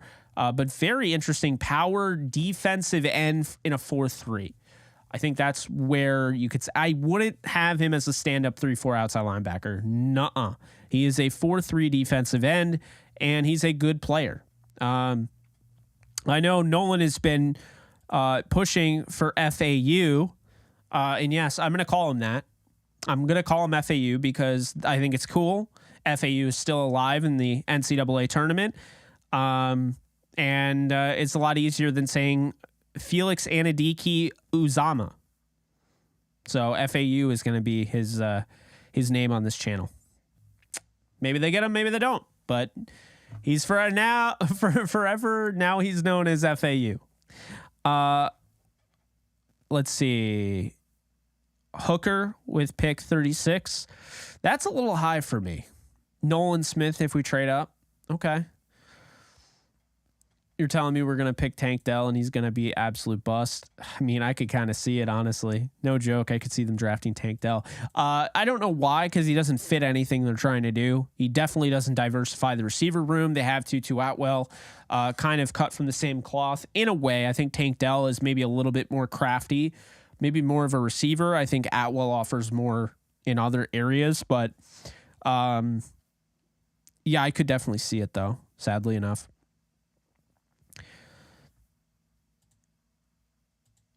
It would, but I mean, it depends on who you're getting. I mean, let's just, for the sake of it, I've tried to be a little bit better with this, and obviously I can't go too much into it because I haven't looked at all of the tape, but like, let's just bring up an NFL mock draft, shall we? It's not going to be an official one, but let's just like talk about who's available. Like, let's just do that. Was it NFL mock draft database?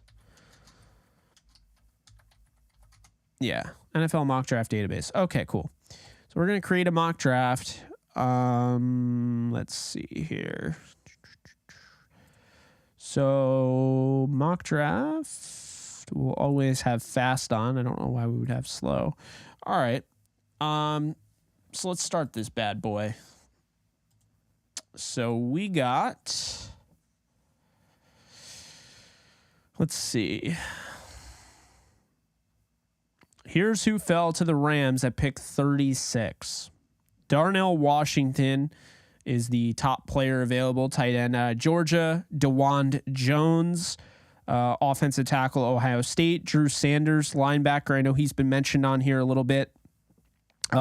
Maisie Smith, Josh Downs, North Carolina wide receiver. Trenton Simpson, linebacker for Clemson. BJ Ojulari, edge for LSU. Will McDonald, the fourth edge for Iowa State. Antonio Johnson, safety out of Texas A&M. Keon White out of Georgia Tech, edge defender. Luke Musgrave, tight end out of Oregon State. FAU, edge out of Kansas State. Jack Campbell, linebacker out of Iowa. Ade Tomiawu, I don't, how the hell am I going to pronounce that? The Northwestern edge. Ade Tomiawu. Ade Tomiwa. Ade Tomiwa. Adebawar. Adebawar. Adebawar. Okay.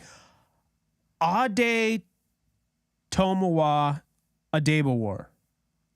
Adetomawa. Damn it. Adetomawa Adebawar. AA. AA from Northwestern. Okay, that's what we're doing. Steve Avila, interior offensive line, TCU. I'm not saying that 3 times fast. Nuh-uh, Neil. Tui Pulotu.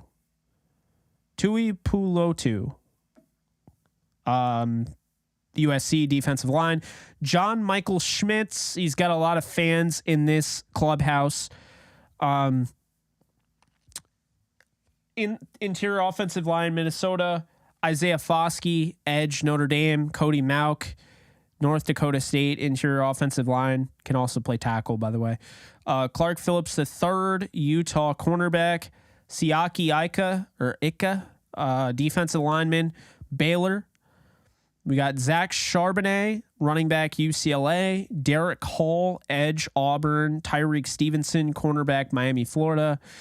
Keanu Benton, defensive lineman, Wisconsin. Matthew Bergeron, offensive tackle, Syracuse.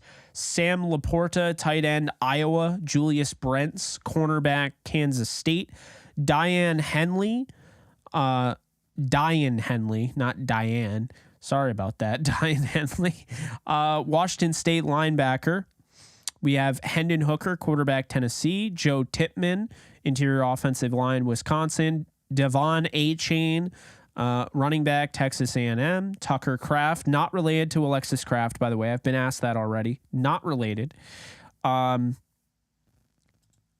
yeah, she's just going to be like, nope, done. Ade Adeba War. That's what. Okay, cool. That's what I'll say.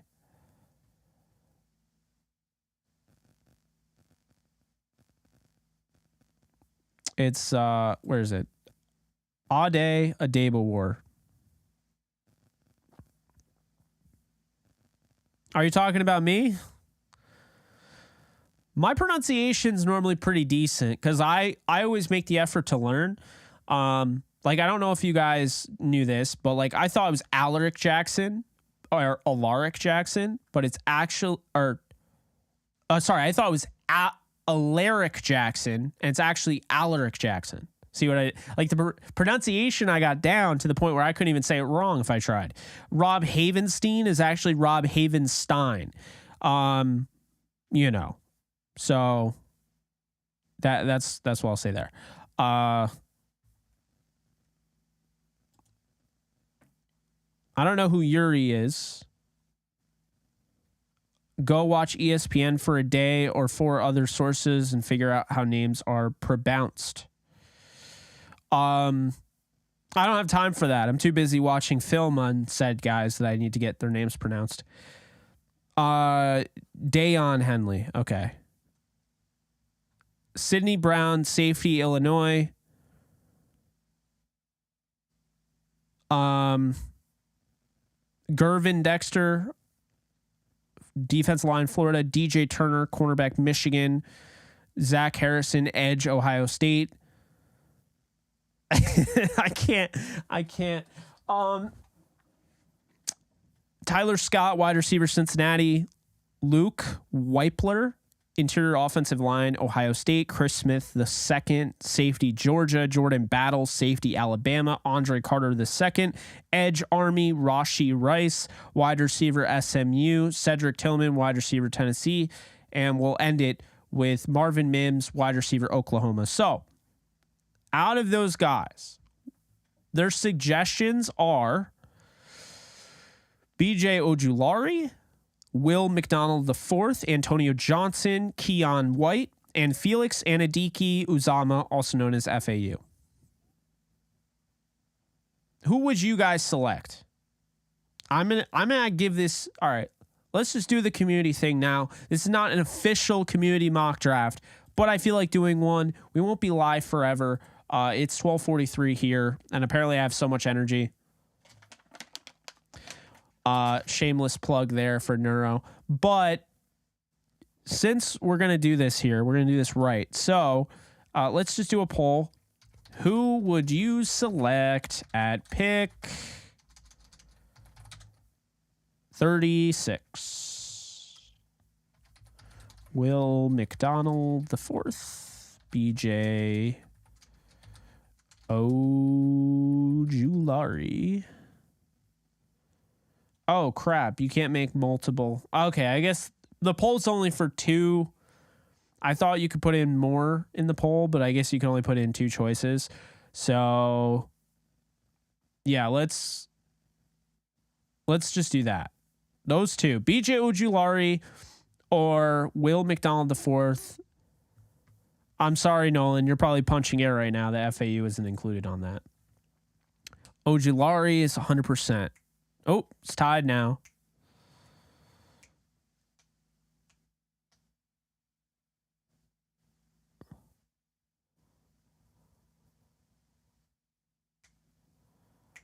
Oh, Will McDonald has pulled away with 4 votes. With 5 votes, he's taken a commanding 80% to 20% lead. Oh, Ojulari's trying to come back. It's getting close. 9 votes.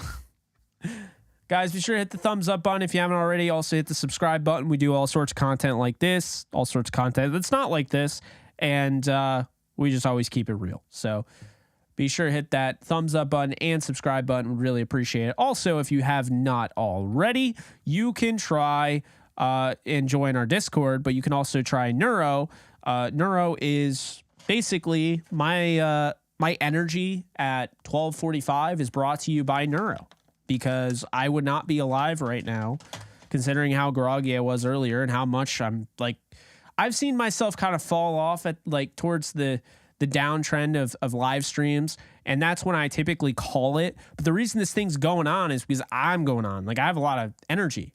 I mean, you guys are seeing it, right? I have way more energy than I've had my last few streams. So thanks to Neuro. You can go and check out Neuro in the comment section. I just pinned a link. No, I didn't pin it. I didn't want the poll to go away. So it is there. You can go grab yourself a bag of it, or 2 or 3 or whatever. Neuro Energy. Love them. Recommend them. Yes, that would be great. At New World Man 9. Gotta have him on again. He's been on the channel before. Will McDonald is gonna take this one, it looks like, folks. So we're gonna draft Will McDonald here. Sorry, BJ Ojulari and Will McDonald are the guys I saw the most for. So probably not gonna use the poll after that. So we chose Will McDonald. All right, here we go. We are picking 69th here. No trade downs. Who are we taking 69th? It's only going to be suggestions based on their suggestion list. That's how we'll do it. It'll only be suggestions. So this is suggesting Sidney Brown, the safety out of Illinois, DJ Turner, the cornerback out of Michigan, Luke Weipler, the interior offensive lineman out of Ohio State, Jordan Battle, the safety out of Alabama, and Eli Ricks, the cornerback from Alabama. Which one are you selecting? We got a Weipler here, Whippler, one of those. It's definitely Whippler or Weipler. Yeah, Malk is gone. Okay, we got Sidney Brown. We got 2 Sidney Browns. Oh, we got so 2 for Weipler and 2 for Sidney Brown.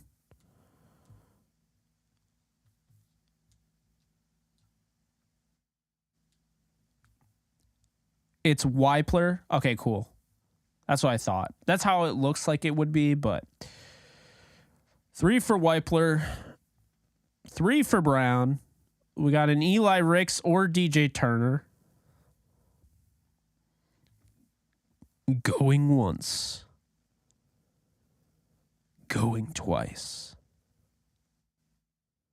Sold. Whoever does like the auction drafts on ESPN knows exactly what I'm talking about. My voice also sucks. So especially this late in a show, or 1 hour and 47 minutes. Earlier, I could have gone like going once, going twice, sold. Like I could have done something like deeper, but I can't do it now. All right, Sidney Brown it is. Or we Weipler, right? Yeah, Weipler. Weipler it is. Okay, so the Rams get interior presence there. Luke Weipler is the pick. The Rams are going to have. It just picked Tyler Scott. It just ruined my whole freaking draft. So busy. Oh my God. And you can't go back? All right, we got to restart. That's so annoying. It literally picked Tyler Scott when I hit Weipler.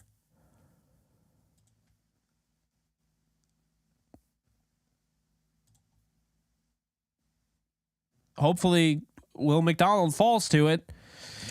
My God. All right, let's see. And no Packers. I'm not trading with you.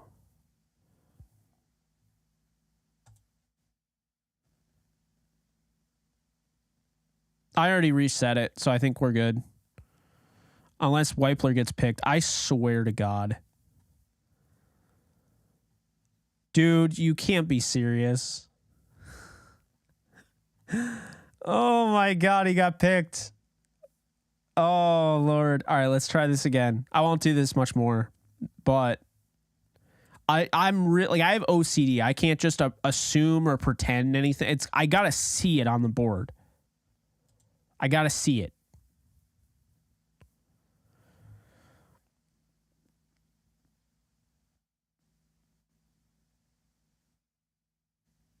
No. What, Tennessee, why would I accept that? oh, yeah, you should move down from the 36th pick overall to the 228th pick, and we'll give you a second round in 2024. No. How about no? Okay, let's see.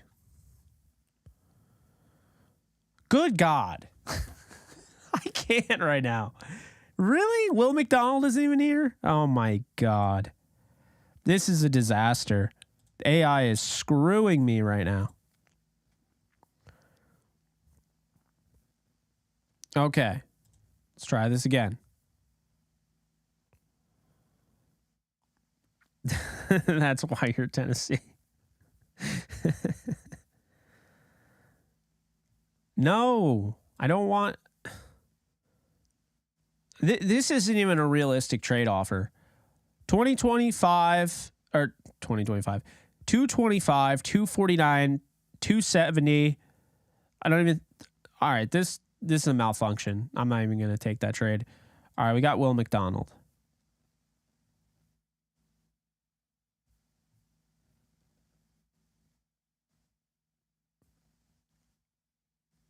And we got Weipler. Okay. All right. We're cooking with gas now. And now, of course, the logos aren't showing. Man, I don't know what's going on with this site right now, but I've kind of had it. Okay. Yeah. So the suggestions for pick 77, we got Gervin Dexter, defensive lineman, Florida. Chris Smith II, safety, Georgia. Jordan Battle, safety, Alabama. Why are there so many safeties? Oh, we didn't draft one. That's right. Eli Ricks, cornerback, Alabama. Jamie Robinson, safety, Florida State. And I believe that is it. We got a Battle here. I'd go Battle. But, hey, my pick does not matter. Battle. Oh, we got 2 for Battle. I'll be the tiebreaker if that... There's not going to be a tiebreaker, is there?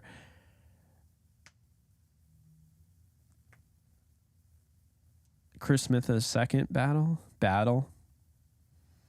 If I see another Battle will be the pick. That's also such an awesome name for safety. Battle. All right, Will McDonald IV, Luke Weipler, Jordan Battle, and now at pick 167. What gives? Did it just freeze on me?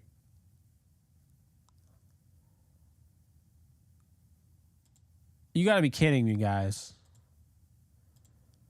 Tell me it did not just freeze.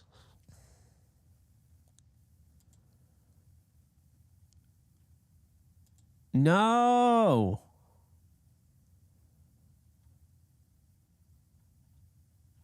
It just totally froze on me. Oh, there we go. Okay.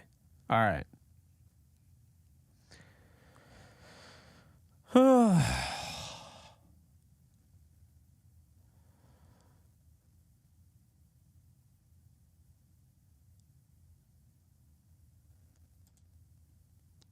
I'd say I might be a little... Oh, no, you're right, because they pick in the 5th round. Yeah, he might be. That's an interesting one. Okay, 5th round. Israel Abanikanda, suggestion. Mike Morris, defensive lineman. Jacorian Bennett, cornerback, Maryland. Kobe Turner, defensive lineman, Wake Forest. Dwayne McBride, running back, UAB. Deuce Vaughn, running back, Kansas State. God, if he falls that far, that is going to be insane. Yeah, that's it. So pick your guy. Personally, I'd probably go with Deuce Vaughn. There's no way this happens. Deuce Vaughn's going in the 2nd round, probably.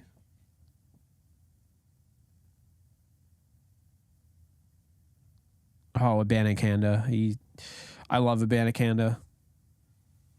I'd go Deuce Vaughn, but I would love Abanikanda too. If I had to choose between the two, I'd probably go Deuce Vaughn, but it's tough. I love them both. I have a higher grade on Abanikanda. I think he's a better overall running back, but Deuce Vaughn just does everything.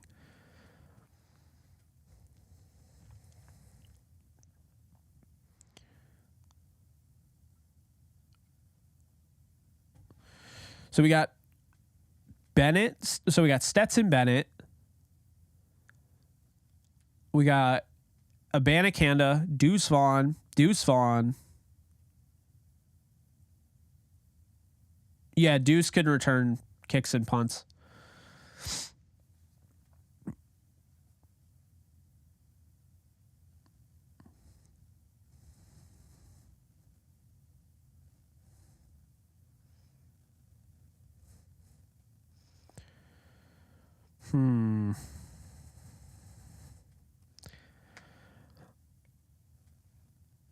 Are we going with Deuce Vaughn, guys? Seems like we are.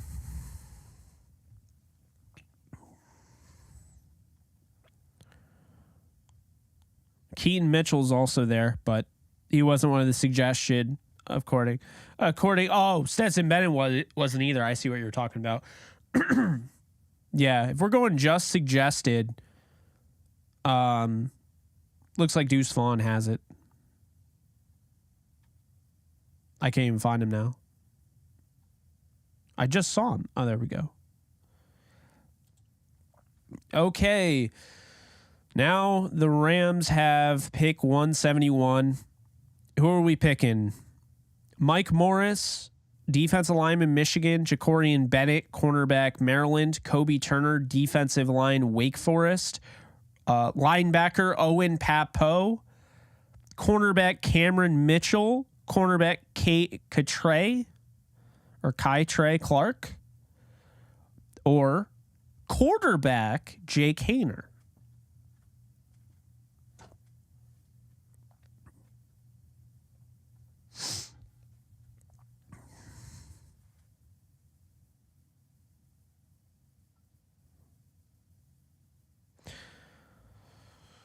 Come on, folks. Papo.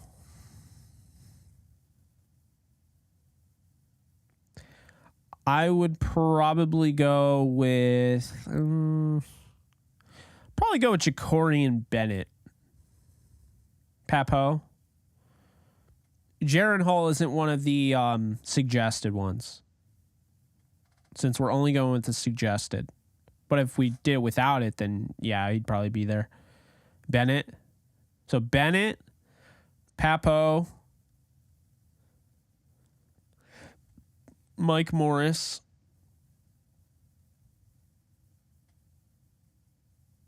Bennett.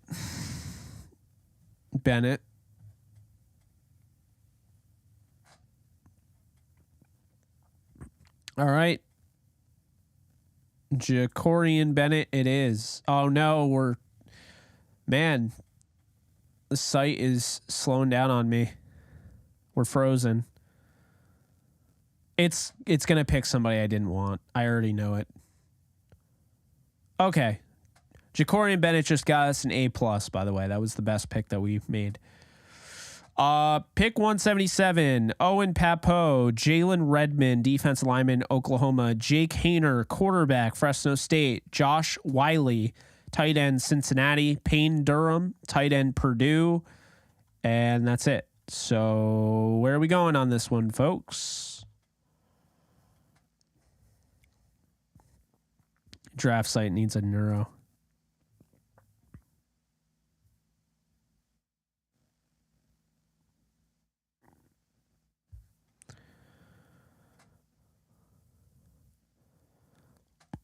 We're going Papo, Hayner, Durham.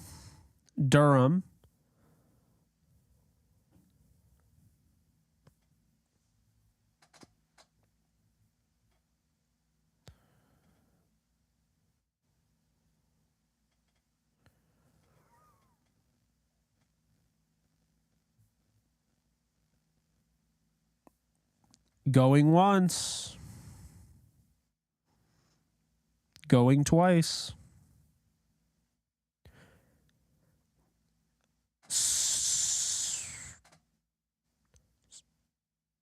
Sold.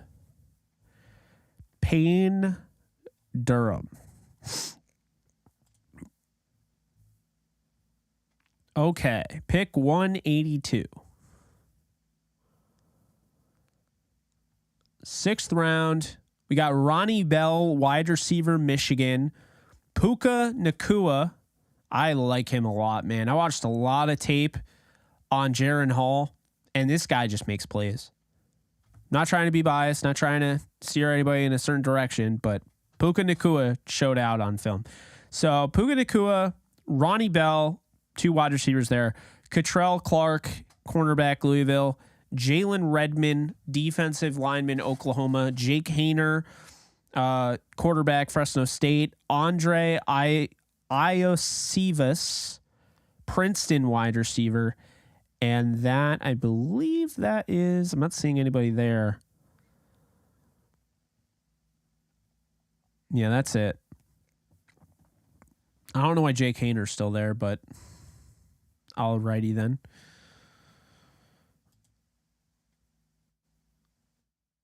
Iosivas. Andre Iosivas.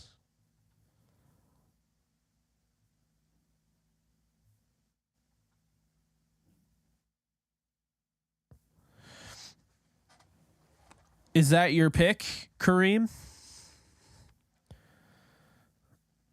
So we got Iosivas. No, we're signing Eddie Pinheiro, remember?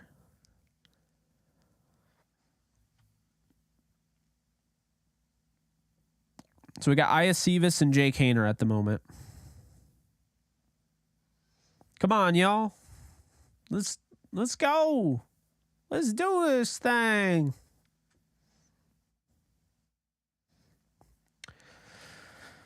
I need more audience participation.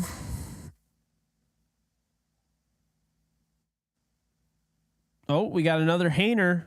Going once. Going twice.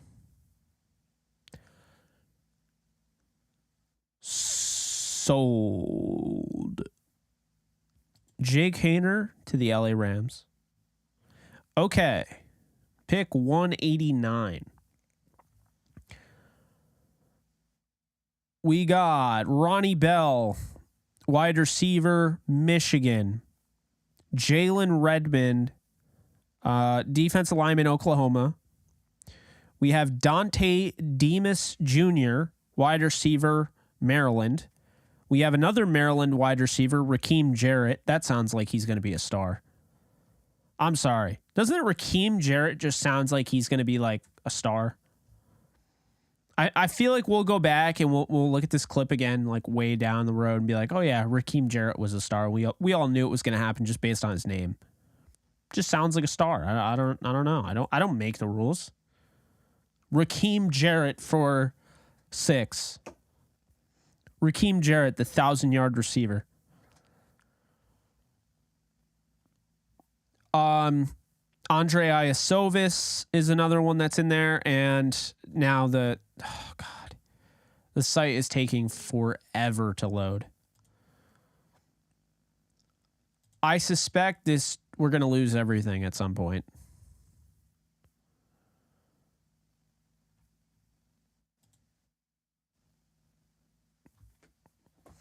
I don't know, man. I like NFL mock draft database, but holy hell, this has been ridiculous. Okay, it's somewhat loaded. Still slowing down. It's not my computer, I can tell you that. Anyway, Raheem Jarrett, Dante Demas Jr., Andre Iosivas, Ronnie Bell, or Jalen Redmond. Go.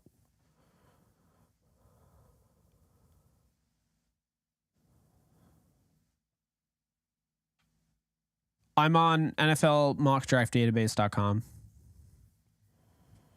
Iosivas. Okay. So Iosivas. Ronnie Bell. I didn't see Forsyth. So we got 2 Ronnie Bells.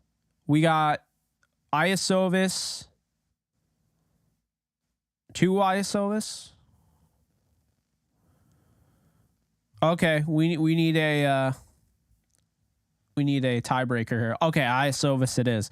So the Rams get smarter getting a wide receiver out of Princeton. Ha ha ha. Funny stupid joke from Jake. Okay, we move forward here. Ronnie Bell, Habakkuk Baldonado from Pittsburgh, edge defender. John Gaines, interior offensive lineman out of UCLA. Cameron Mitchell, cornerback out of Northwestern. And Catrell Clark, cornerback out of Louisville. I'd probably go with Catrell Clark personally. I don't know why they would draft another receiver, but now that you got Isovis.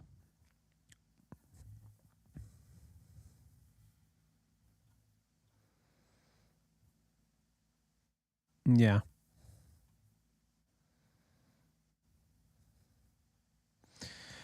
I would like to point out that I didn't think that joke was funny, even though I'm laughing. But yes, you're right. Somebody's absolutely going to use that. I like Clark. I'd probably go with Clark.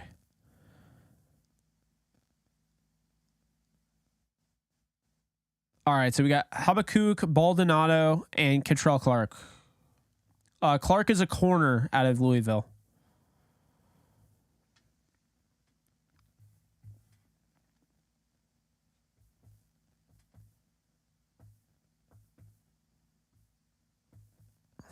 So we got a Clark, and we got two Clarks going once. 3 Clarks going twice. Sold. Boom. Billy, thank you for the 5. Appreciate you.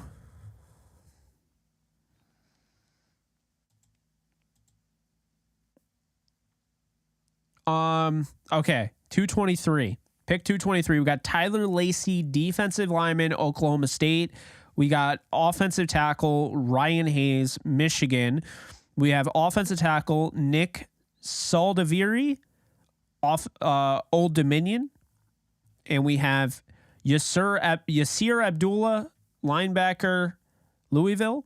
And then we have Gerard Clark, defensive line, Coastal Carolina. Oh, we have Lonnie Phelps, edge defender, Kansas. You guys know where I would go. But where are you going? Tyler Lacey, Ryan Hayes. Tyler Lacey, Ryan Hayes, Nick Saldiviri, Yasir Abdullah, and Gerard Clark, and Lonnie Phelps. That's what I have.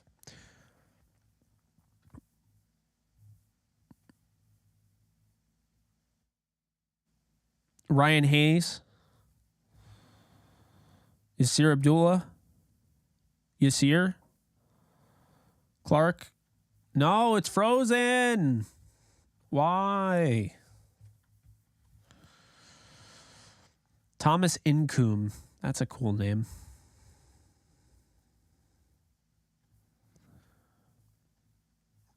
Well, I will make the... All right, so we got 2 Yasir. We got 2 Yasir, Lonnie Phelps. Let it go. Hayes and Clark. So we got Clark, Hayes, Yasir, Lonnie Phelps. So Yasir Abdullah will be the pick. Going once. Going twice. Oh, Hayes just tied it up.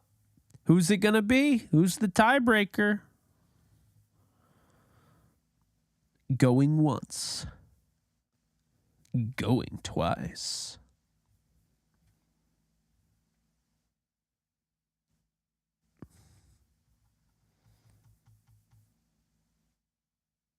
I need a tiebreaker, guys. Saldiviri, Hayes, Lacey, Abdullah, Clark, and Lonnie Phelps. Hayes it is. Okay. I don't even remember what Hayes was. Oh, Ryan Hayes, offensive tackle, Michigan. So the Rams add an interior offensive lineman and an offensive tackle. Rams got one more pick. We got Trey Tucker, wide receiver, Cincinnati. We have Cameron Young, defensive lineman, Mississippi State. Gerard Clark, defensive lineman, Coastal Carolina. Yasir Abdullah, linebacker, Louisville. Hunter Lepke, I believe, it looks like running back, but I think he's a fullback. Lonnie Phelps, and I think that's it. It's frozen.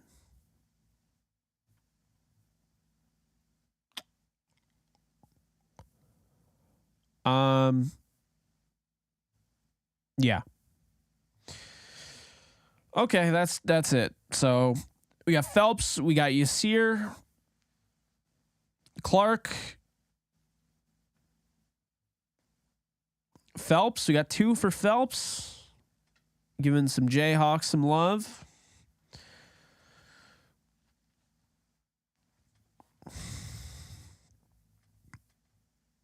We got 2 for Clark, 2 for Phelps, 1 for Yasir.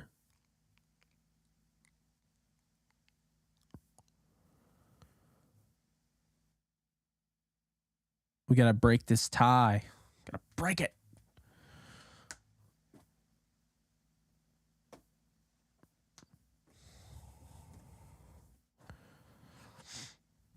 All right, since this is the last pick, Phelps or Clark, go. First 1 to 5 gets the pick.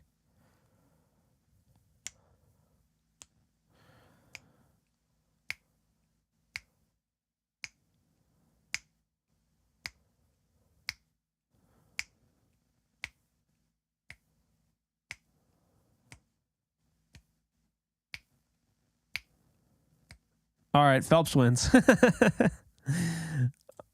All right, cool. Sick. All right, we got our draft. I'm going to save this bad boy.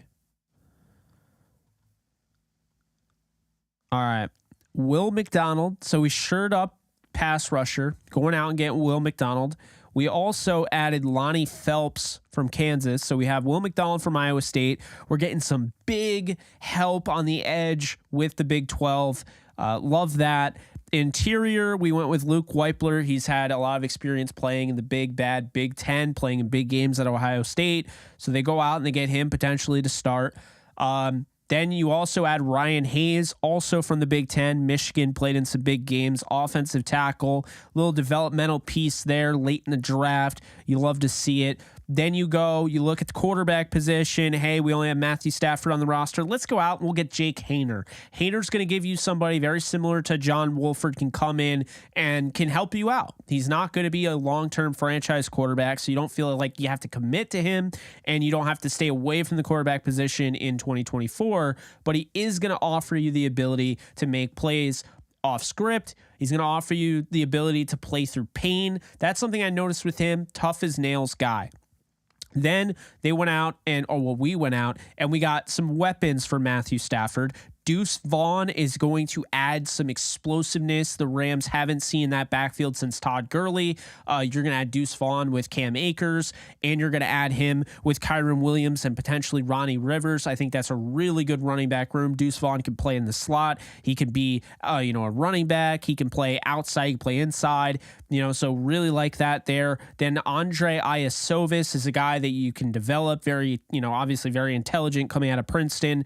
He's a guy that you can develop. You feel good about. 189. We'll see what happens with him moving on. He'll probably kind of redshirt this season, not be a big contributor, which is okay. We move on back over the defense here. We go out and we forgot about our tight end, Payne Durham, who will be the only one on the active roster going into 2024. Aside from Hunter Long. So maybe he and Hunter Long can develop. Payne Durham's a 177 overall pick, so could end up being something there. But we didn't stop. We also upgraded the cornerback and safety room. We went out in the 77th overall pick and went out and got Jordan Battle, a guy that's played on a legit defense for Nick Saban at Alabama. Battle is a good tackler, a hard-hitting safety. I think he's somebody that can replace a Jordan Fuller that you are likely going to lose next year. And then you go out and you get Jacorian Bennett, who's a very good athlete, can play inside or outside. So you have him, you have Jacoby Durant. You feel good about those two moving forward. You also have, Robert Rochelle and Darian Kendrick, should they do anything, interesting there. And then Cottrell Clark to wrap it up. Cottrell Clark gives you some flexibility, and you can never rule out a late round pick for the Rams being something, because we've seen, Darian Kendrick became a starter as a 6th round cornerback, and you look at Ben Skoranek as a 7th round, tight end, wide receiver, whatever. They've made a role for him. So, I like the draft. I mean, as I get more and more into it, I'll have my own draft, but you guys created this. So I'm going to put this up on the screen. I will also share it with you guys, probably on social media. I'll just be like, yeah, my awesome live stream community drafted this. I take no credit whatsoever. I did not come up with this genius, monstrosity of picks, but you guys did. So give yourself a round of applause for creating a very good mock draft. Probably one of the best mock drafts that I've seen this year, mock draft season. So let's do it. So community, making another scene, community mock draft, right? So we're going to add this thing to our live streams. That way you guys can see it, and we'll make it a little bit bigger, obviously. And we'll move it over here, and there we go. Okay, cool.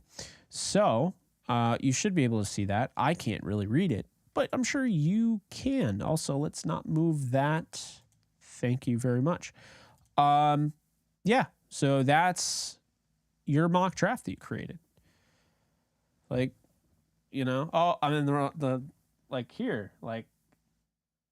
the whole, what was it? The whole diamond thing. Like, oh, I see big things for you. Yeah, that's this mock draft. Like, you guys hit home.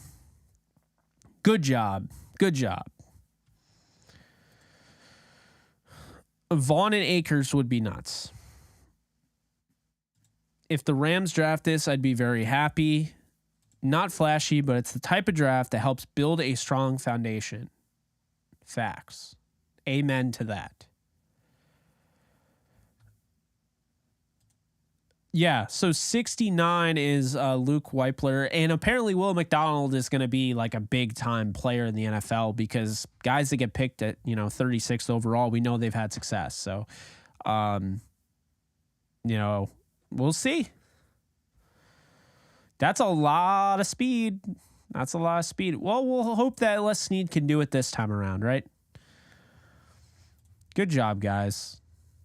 See, I had to rely on you because I haven't fully studied the draft. As you know, though, I can break down anything. And I just did, right? Like, I explain exactly how everyone fits in their roles.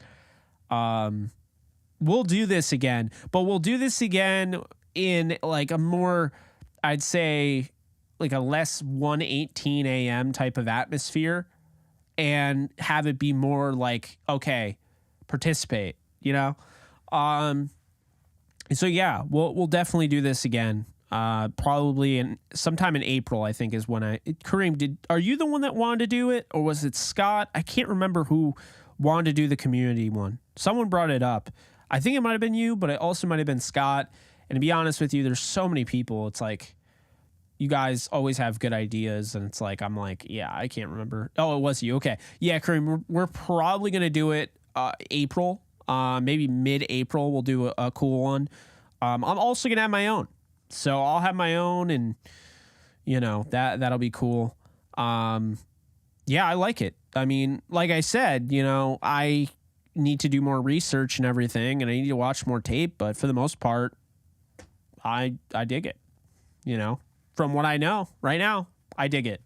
If you're giving me Deuce Vaughn, period, I'm going to dig it. I love Deuce Vaughn. I keep saying, I'm like, man, I don't know. I think he's going to be really, really, really good. And Jordan Battle's a guy I like, because, I like Bama, so I watch a lot of their games, and, Battle's somebody that stands out on film. I got to watch more Weipler, and I got to watch more Will McDonald IV, but I like it. So yeah, guys, I think that's going to do it. We made it all the way through a 2 hour and 20 minute live stream. Once again, big thank you guys to doing this and everything. And oh my God, big thank you to Neuro, because I would not be alive right now without this thing. I would be so tired. I don't know. Today was just rough, and then I had these, and I was all better. So, be sure to check out Neuro before you head on out of here. I dropped the link in the comments. So if you guys want to have the energy that I just had, the 2 hour live stream where there was not a dull moment where I was like kind of like fading, then you guys want to check out Neuro. Go hit the link. Go get yourself a bag. Try it out for yourself. Like I said, thing's legit. I wouldn't be promoting it if I didn't believe in it. So big thank you to you guys. And well, I'll see you guys. I mean, it's already the next day, so might be live a little bit later on tonight as well. I'm going on a show, I think at 8 or 9. So JE Live will probably be around a 10 or 11 p.m. slot, but we're still killing it with the views and everything. I'm hoping this is just the new norm. And, you know, I have way more subscribers than I did this time last year, so it might be the new norm. But we're killing it with the views, even like these late night streams. To have 94 people in here watching is just freaking awesome. So, you know, that's what I'll say. Anyway, I'll see you guys later.